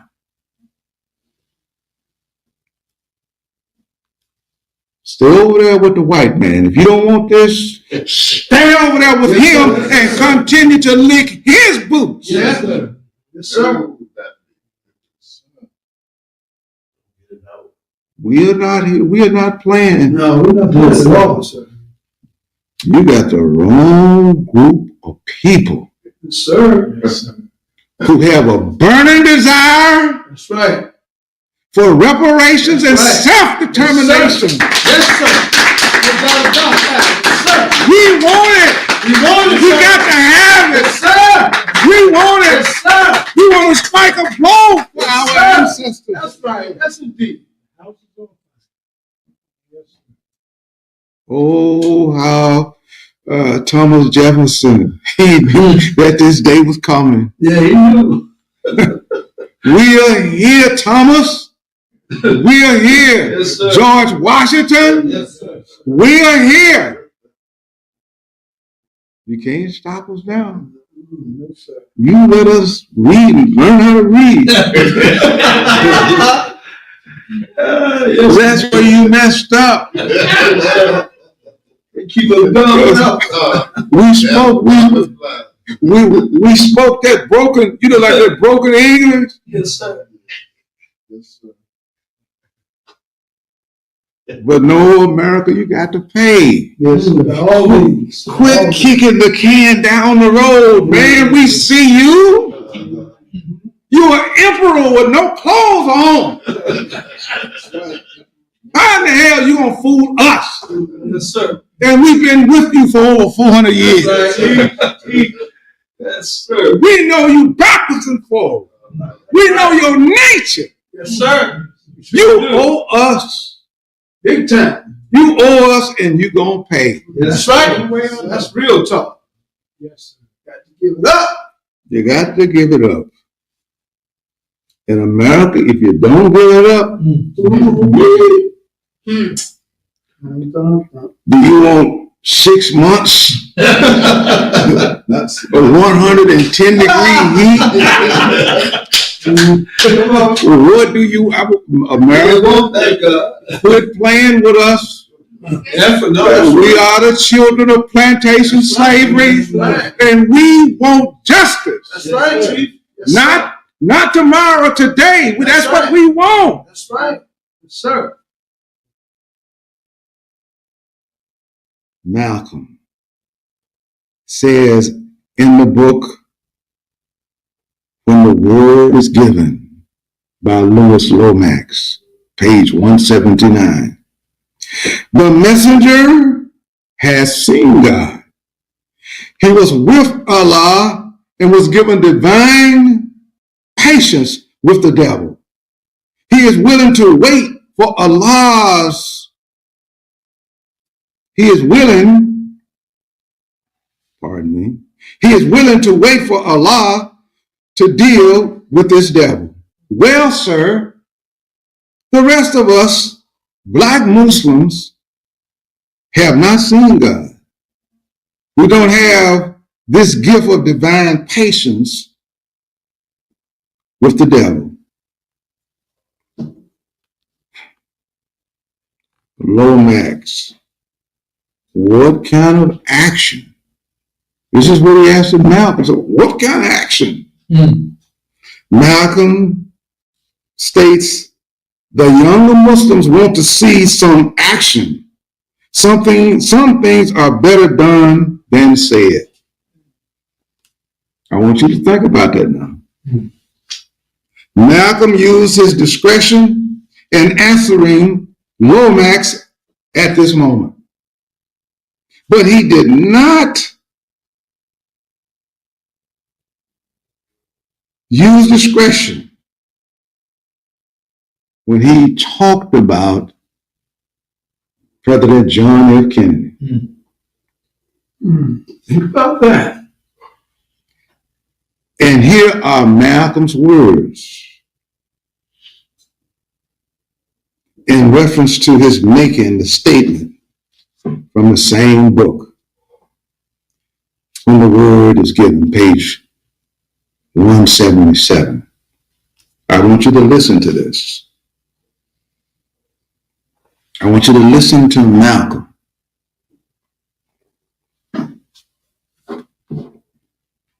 This is true. I was wrong. The Honorable Elijah Muhammad warned me.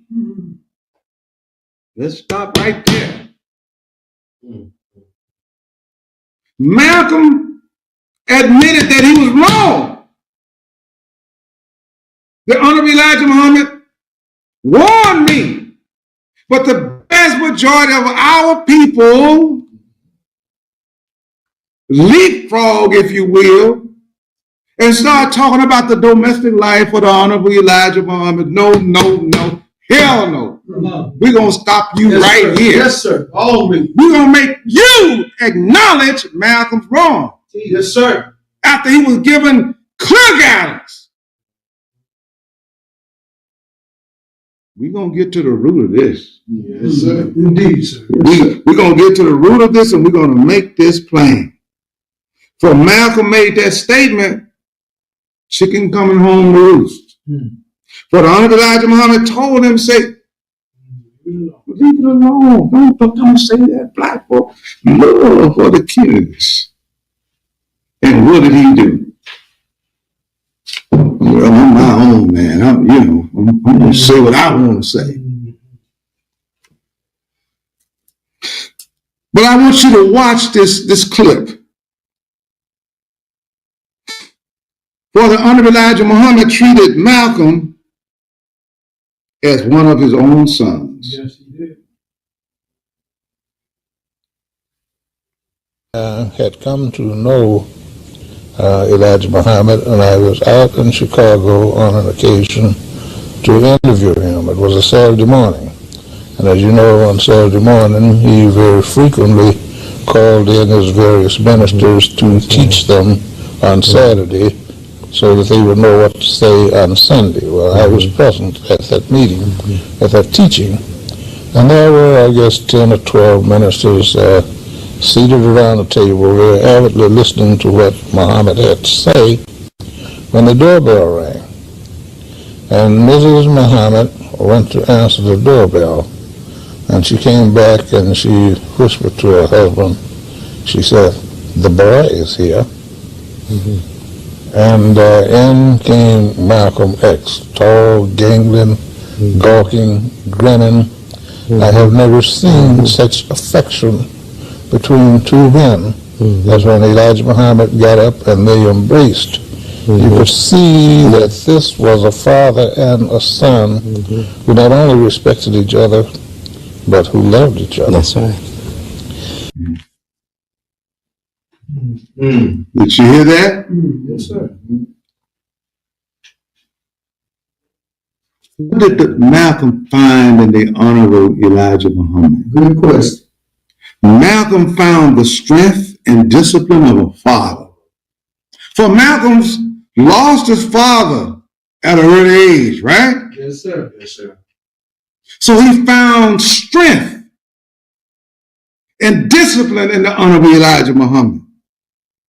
He also found a father figure and the love and nurturing of a mother. That's if you can hear me. and the wisdom of a divine messenger of God. Brother, that is a beautiful thing right there. Yes, sir. But Malcolm grew up with no discipline. Think about that now. He became a hustler. Yes, sir. Pimp.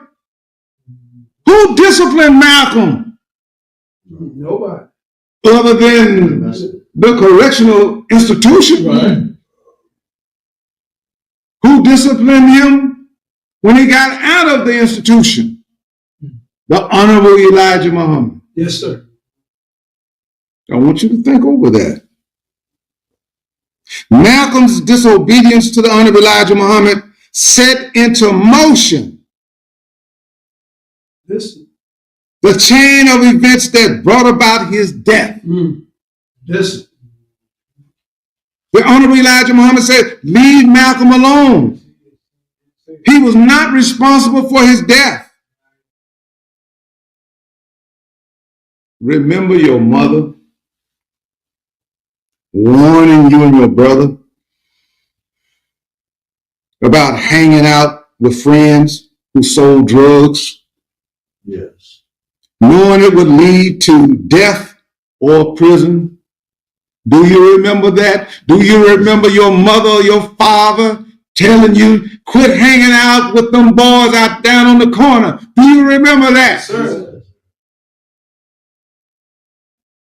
Sister, remember your mother warning you to quit messing around with those nasty little boys, or you'll get a big belly. You remember that? Yes, sir. And some of you got a big belly. Is that right? Because you wouldn't listen to your mother. Yes, sir. That's right. Our brother got 40 years because he wouldn't listen to mother.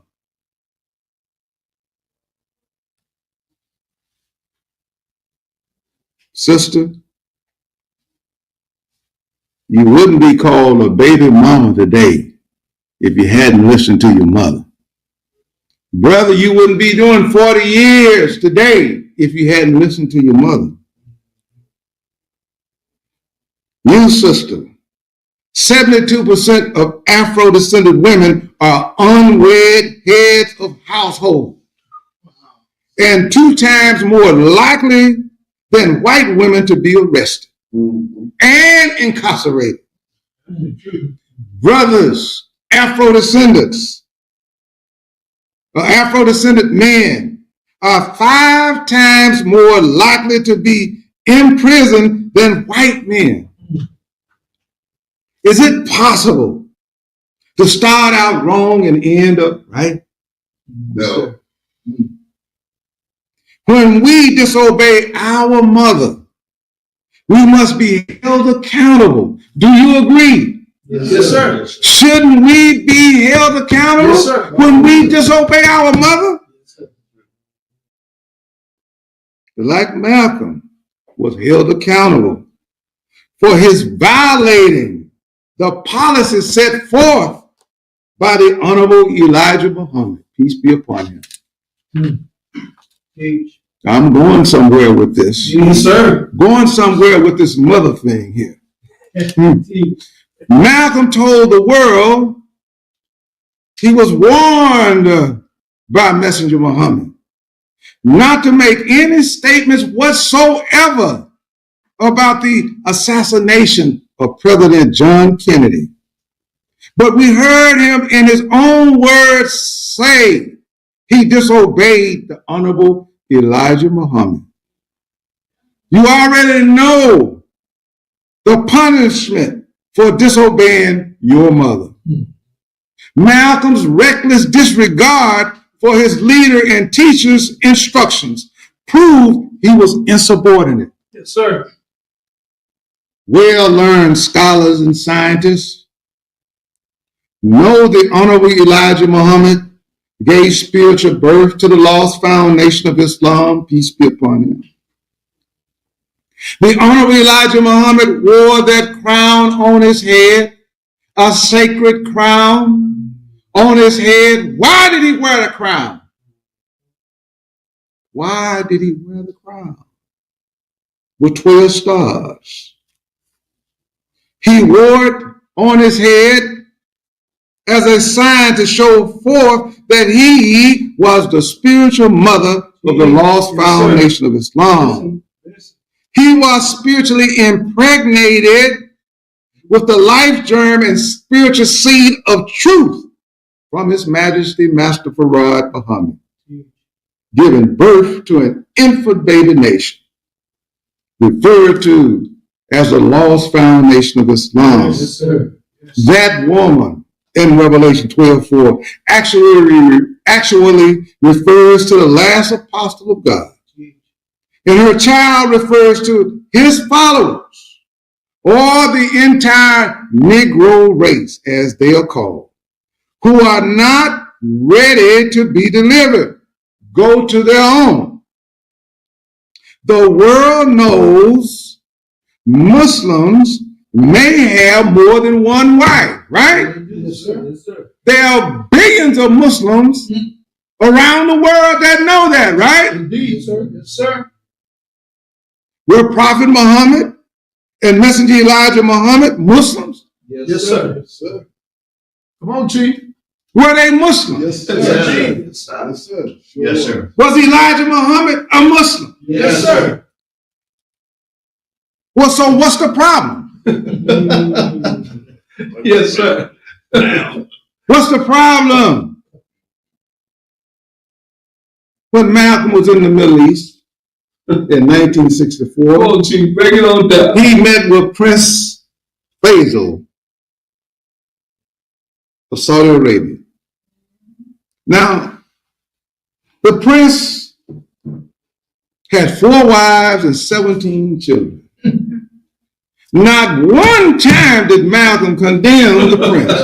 Think about that. Think about that. Yes, But he sir. condemned his teacher, the Honorable Elijah Muhammad. Come on, Malcolm. If you got to be right. You got to come straight across the board. Is that right? Yes, sir. Yes, right. I never heard him condemn Brigham Young. Brigham Young had about 33 wives. Wow. You got to come across the board today. Yes, sir. Right. Stole it, Chief. Stole it, God.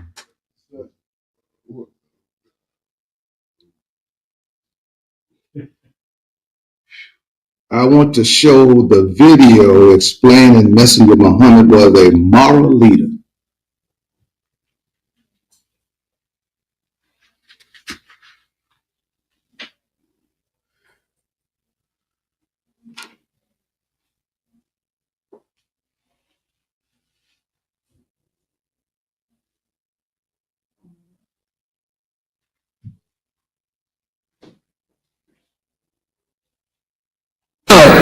Sister June Muhammad and her son Abdullah Yassin Muhammad. Look at her. And look at her, Sister June. Assalamu alaikum. In the most holy name of Allah, the beneficent, the merciful, all holy praises are due to Allah, the Lord of the worlds. And in the name of our last and greatest messenger, the Honorable Elijah Muhammad, I greet you in the nation's greetings of paradise. Assalamu alaikum. Brothers and sisters, I know it's a pretty hard pill to swallow that the Honorable Elijah Muhammad took on wives. And we're so mundane in our understanding of life. We have to think on a spiritual plane. He came to me when I was very young in a vision. I only saw his form and never his face. But this vision lasted with me until I was a teenager. And then after I heard Islam, the vision became prominent. It began to move. His form became more vivid. And I was worried about this because I couldn't make out his face, just his form. So after I became a wife, I told him about this. And he just smiled. I said, you were that vision that was coming to me when I was very young. And he just smiled. He never confirmed it or denied it. And I just want you to say he was a decent man, upright man, man who wasn't lustful or any of those things. You will never get a leader like the most honorable Elijah Muhammad. He's a leader to us all. We're lost without him. I am thankful that Minister Farrakhan gave me this opportunity to do this. I've been knowing Farrakhan for a long time, and we're just like old friends. And I'm really honored that he thought enough of me to invite me out, although I got the message about 1 or 2 days before I came here. And I always felt that I had to defend the messenger. Malcolm was talking to me near the time that he was running and worried about his life being taken. And he said to me that, I asked him, I said, why don't you just submit and tell the messenger that you're sorry? He says, sister, I'm going to be killed. And he says, there's nothing I can do about it. He said, never let a man tell you that he's not afraid to die. He says, I am afraid. And he said it was nothing he could do about it. He was very bitter. He wanted me to go against the messenger with him. He said, if I got you, the messenger would be very hurt. And he was trying to get me to go along with him by stating to me that my life was in danger as well as these other women's lives were in danger, and that I should take record my domestic affair and give it to him, and he would keep it in safekeeping or give it to a lawyer. And I didn't fall for that. And I just want you to know he was very bitter, and he just couldn't help himself. He had turned against the messenger and chosen another path. And the messenger is the messenger of Allah, and I don't know any immoral thing about that man or this man. He is the greatest, and there is no God but Allah, and the most honorable Elijah Muhammad is his last servant and apostle. I bear witness that there is no God but Allah, and the messenger is his messenger. Assalamu alaikum. Is that plain? Yes, sir. Is it clear? Yes, sir. Yes, sir. Now, I'm here to make it plain, make it clear. I'm here to exonerate the Honorable Elijah Muhammad. Yes, sir. I want you to know that I'm not here promoting polygamy. I'm here to give you some understanding. Yes, sir, Chief. Am I right? Yes, sir. Now, those of you who have what Dr. King called a tender mind. Well, Dr. King said that there are 3 types of minds. He said there's a tough mind that distinguishes the lie from the truth. There's the tender mind that repeat everything they hear somebody saying. And he said that there's a soft mind. And the soft mind is superstition. So you ask yourself, what category do you fit in?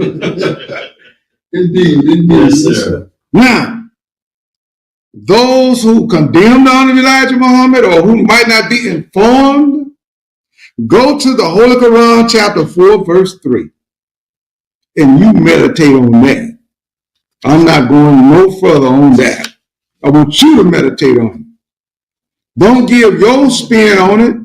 Don't you science with it. It is what it is.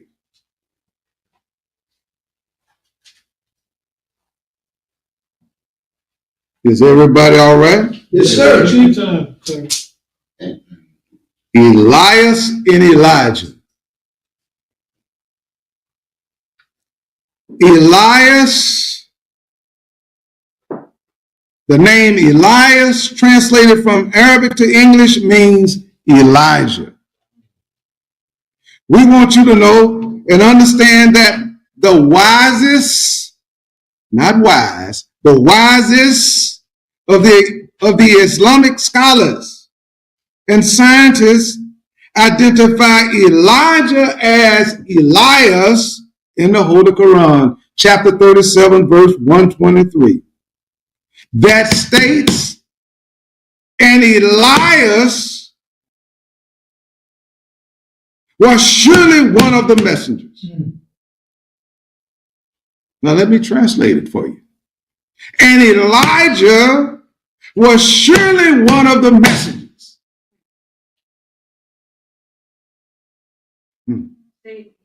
And Elijah was surely one of the messengers. Come on. Now, brother, I want you to go to footnote 2120 in the Holy Quran. It says, Elias is mentioned as being one of the prophets in chapter 6, verse 86, and is the same as Elijah of the Bible. Yes, sir, Chief. You measure a man based on his work. Yes, sir. Am I right or wrong? Right, sir. Upon the passing of the Honorable Elijah Muhammad, he left a $80 million nation standing as a living testimony of his work. Yes, sir. But he didn't have no formal school, no formal education. How did he do it? Indeed. How did he do it? Good question. The white man didn't help him. How did he do it? That's right. I want you to listen. And I've been reading the Holy Quran for about 44 years. And I know I probably read this particular statement here, or this subtopic, but it didn't ring a bell until I was studying for this lecture. In Holy Quran, chapter 6, verse 86, subtopic, prophets among Abraham's descendants. Listen. Among his descendants. Listen at this.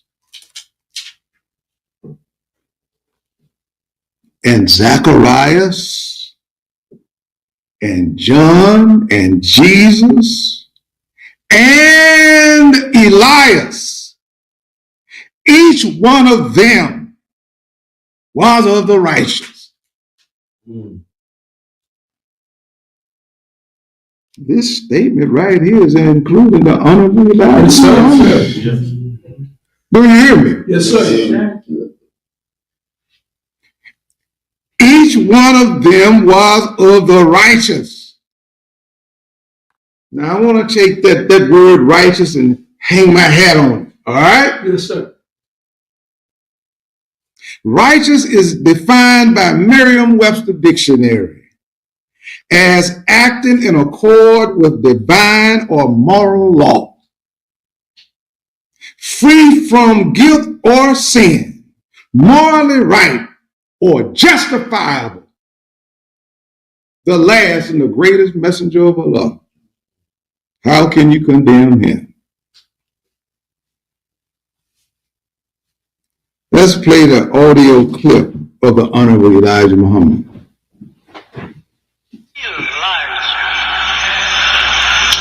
The man is prophesied in the Bible, spoken of in a few places in the Quran as a righteous man, good man.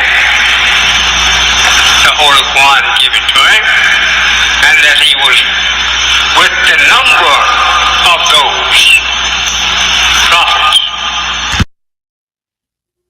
He was among the righteous. He was on the list Yes, sir. with the rest.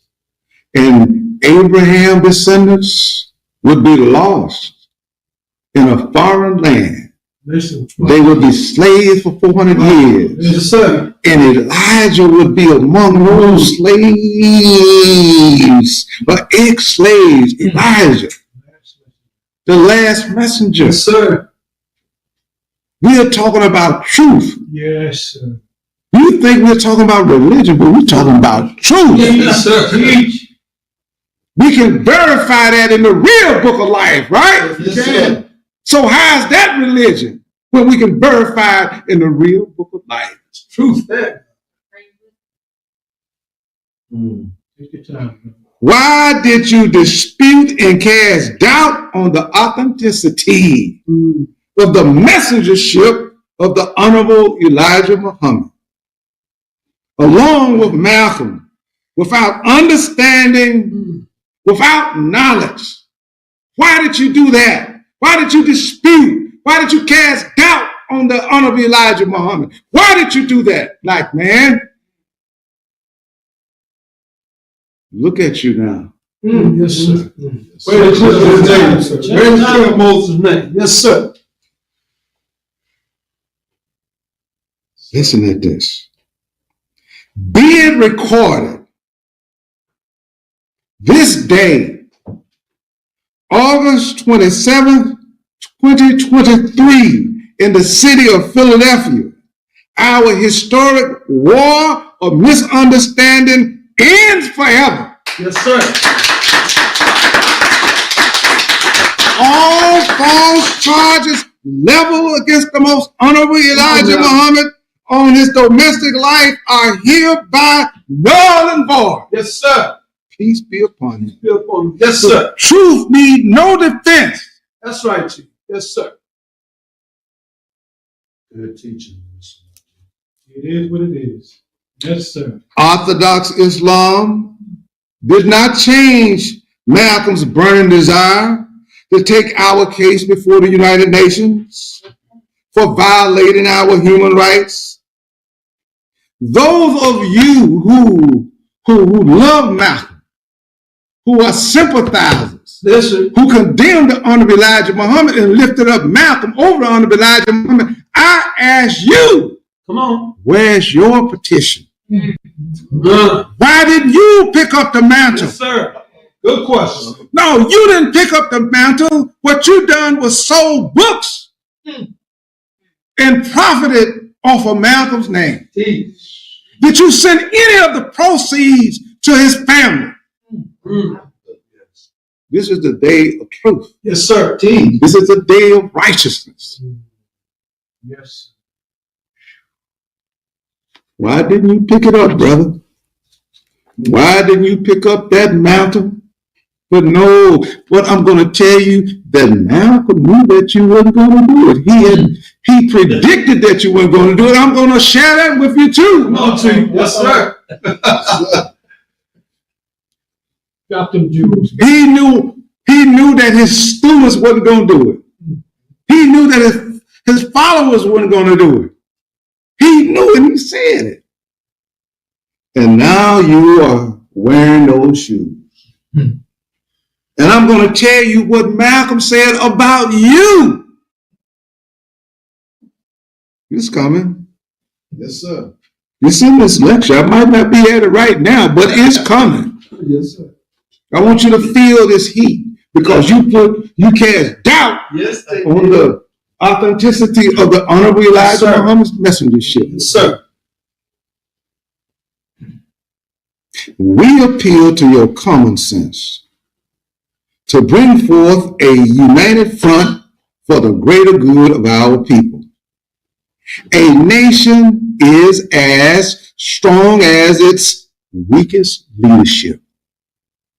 49.6 million Afro-descendants in America are truly a nation within the American nation. Yet we are a people divided. We are a nation without a home. Yes, sir. Yet we are divided. Our war of misunderstanding had lasted longer than America's Civil War.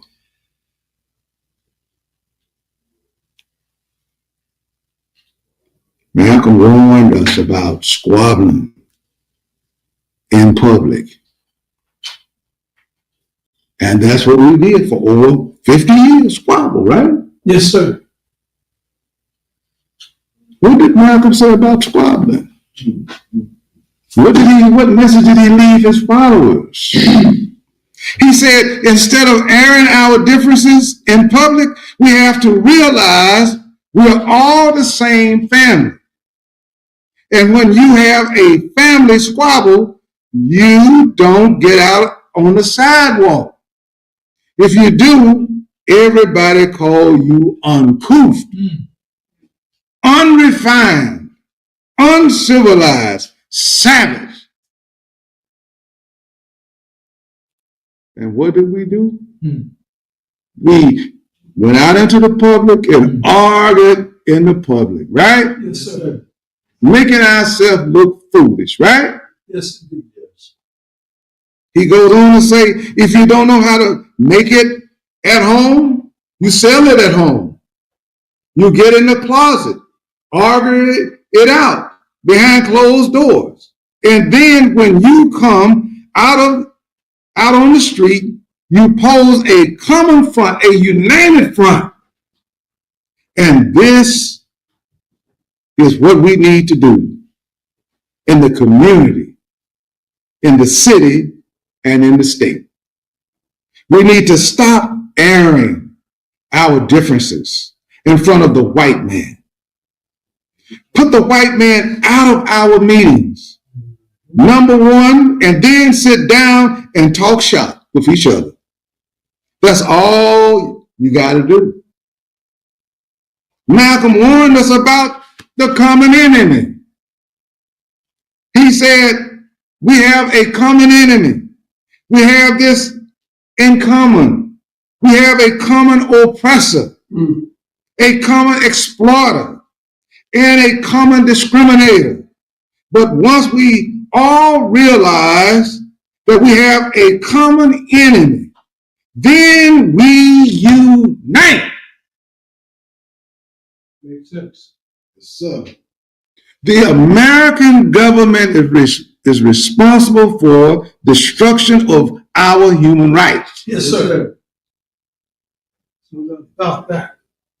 That's not a friend. No, sir. And what is the opposite of a friend? Enemy. It is what it is. You want me to be politically correct, but hey, that's what it is, right? Yes, sir.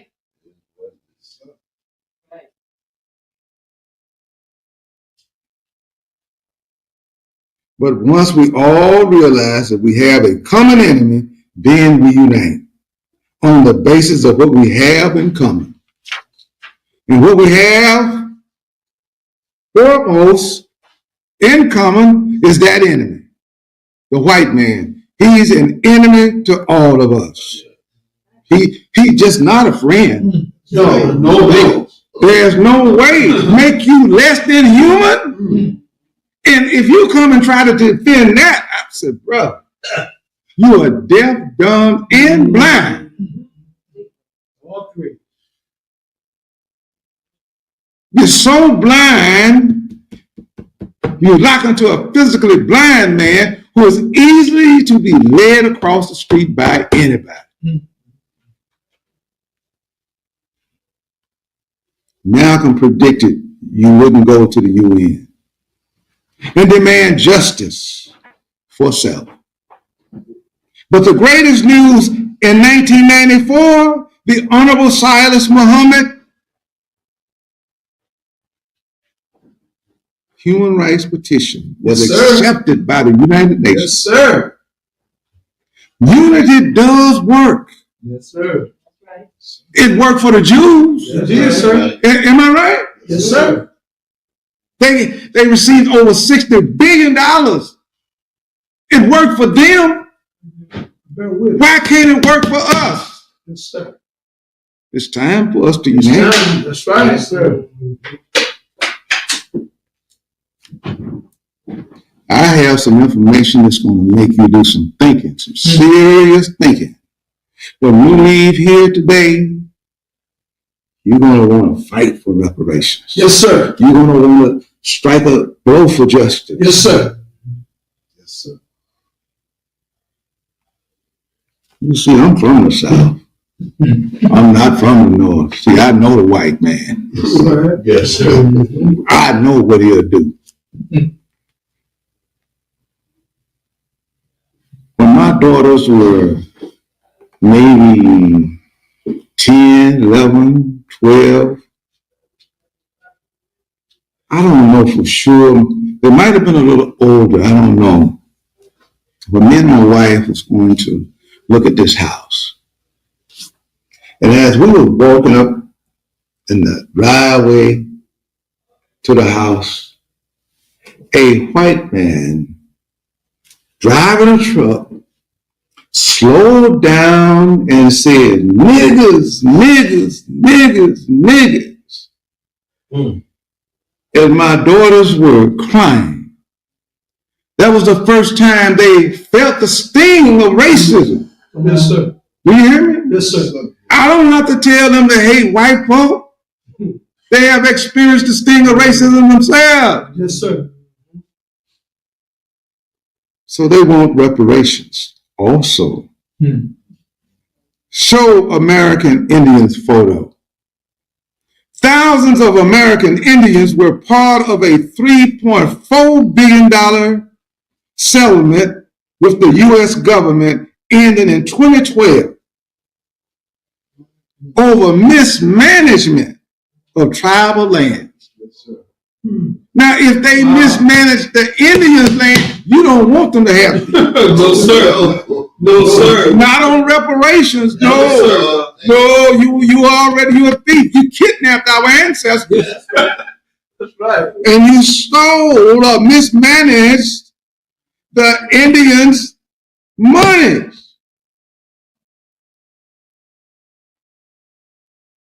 Stop dreaming. Stop dreaming and come into reality. Come on. And today your tax dollars are going to Ukraine. Yes. Listen to that. Zelensky, in support of their war to the tune of over $115 billion. Your tax dollars. Yes, sir. And $3 billion a year going to Israel. And many of our people are hungry, ragged, and outdoors. That's real.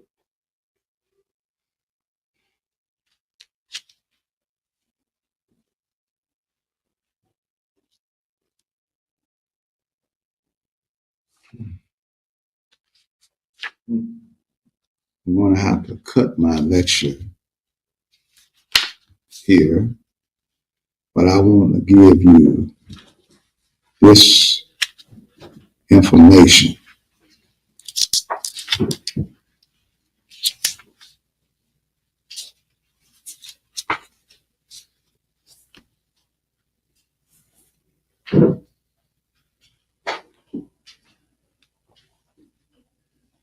In 1966, the International Covenant on Civil and Political Rights was adopted by the United Nations. Yes. But no action was taken by this country to ratify it until October 1977, at which time I signed the covenant and submitted it to the Senate for advice and consent as required by our Constitution.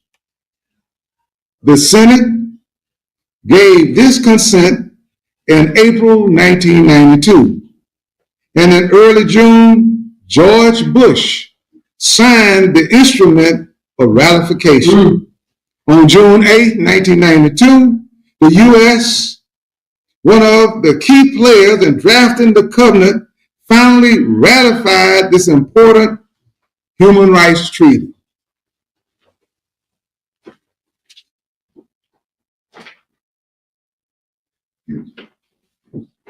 Written by former President Jimmy Carter. Article 27 of the International Covenant on Civil and Political Rights are the legal instrument offering protections to minorities. The United States government is in violation of Article 27. Yes, sir. Of the International Covenant on Civil and Political Rights, which reads, in those states in which ethnic, religious, or linguistic minorities exist, persons belonging to these minorities shall not be denied the rights in community with other members of their group, to enjoy their own culture, to profess and practice their own religion, or to use their own language. The Honorable Silas Muhammad argued that African Americans were forcibly deprived of their mother tongue. Yes, sir. And therefore are denied and deprived of its use. Mr. Muhammad stated that it would be impossible to implement a remedy for African Americans. Therefore, Article 27 cannot be enforced for their protection. Fulfillment of Malcolm's dream. To my knowledge, from 1965 to 1994, the supporters, sympathizers, and followers of Malcolm did not file a petition at the UN against the United States government for denying and depriving us of our human rights. In the autobiography of Malcolm X, page 419, Malcolm said, "I must be honest. I must be honest. Negroes, Afro-Americans showed no inclination to rush to the United Nations and demand justice for themselves here in America. I really had known in advance that they wouldn't." He goes on to say, "The American white man has so thoroughly brainwashed the black man to see himself as only a domestic civil rights problem. Yes, sir. Before the Negro sees that the struggle is international. It's in the international arena. Yes, sir. Not on Capitol Hill." No, sir. I have the book, and I have used this reference for a number of times, called Racist America: Roots, Current Realities, and Future Reparations.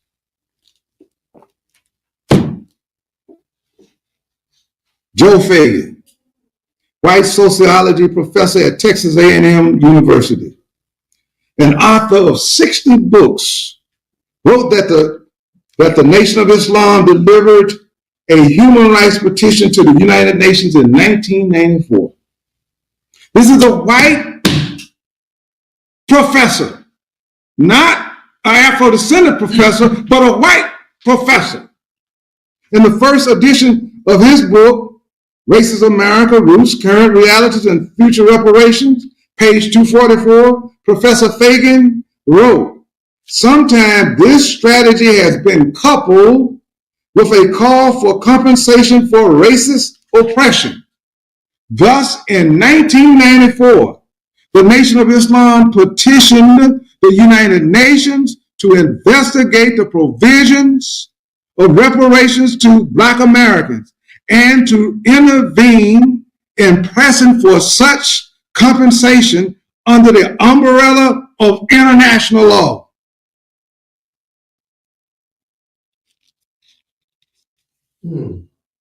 What do you think about that? Yes, sir. The reparations petition was delivered to the United Nations. Reparations petition for United Nations assistance under Resolution 1503 on behalf of African Americans in the United States of America, signed by Silas Muhammad. The petition is the first to be accepted by the United Nations on behalf of African Americans. Yes, sir. United Nations Office in Geneva. Your communications dated 18 March 1994. Dear Mr. Muhammad, this is to acknowledge the receipt of your communication referred to above, in accordance with a procedure set out in the enclosed resolution. A copy of your communication will be sent to the authorities of the country. Yes, sir. Concerned, Yes, sir. and a summary of it will be confidentially submitted to the Commission on Human Rights and the Subcommission on Prevention of Discrimination and Protection of Minorities. Yours sincerely, Jacob B. Moeller, Chief Communication Branch Center for Human Rights. And I'm almost finished.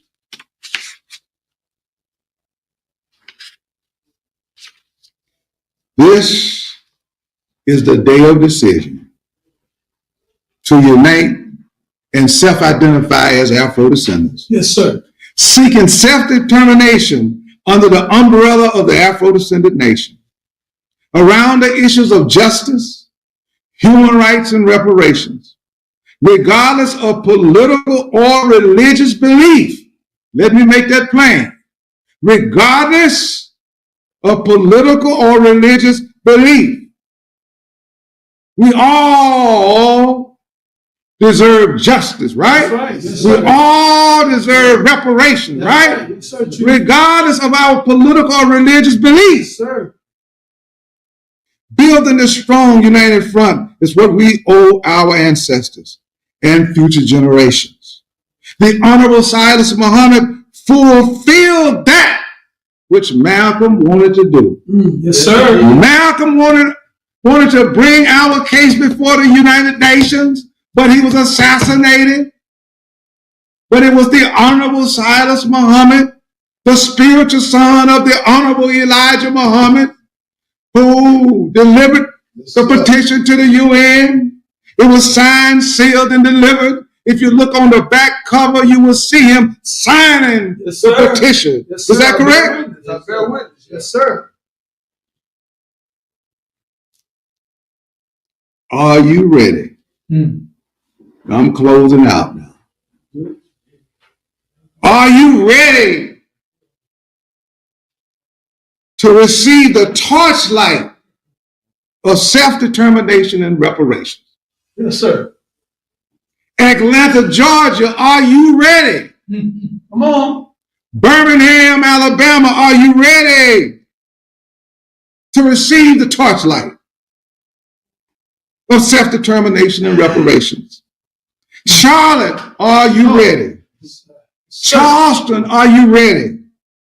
Chicago, are you ready to carry the torchlight? Come on. Are you ready, Columbia, South Carolina? Cleveland, Ohio. Yes, sir. Dallas, Texas. Denver, Colorado. Des Moines, Iowa. Ready. Detroit, Michigan. Ready. Gary, Indiana. Are you ready Yes, ready. to carry the light torch? Sir, spread it. Are you ready? We want to spread it far and wide. Yes, sir. All roads lead to Atlanta, Georgia. Indeed, sir. Hartford, Connecticut. Are you ready? Houston, Texas. Are you ready? Jackson, Mississippi. Are you ready? Kansas City. Las Vegas. Yes, sir. Little Rock, Arkansas. Are you ready? Los Angeles. Louisville, Kentucky. Miami, Florida. Minneapolis. Milwaukee. Memphis. Oklahoma City. Nashville. Are you ready to carry that torchlight? Are you ready? Are you ready to carry that torchlight?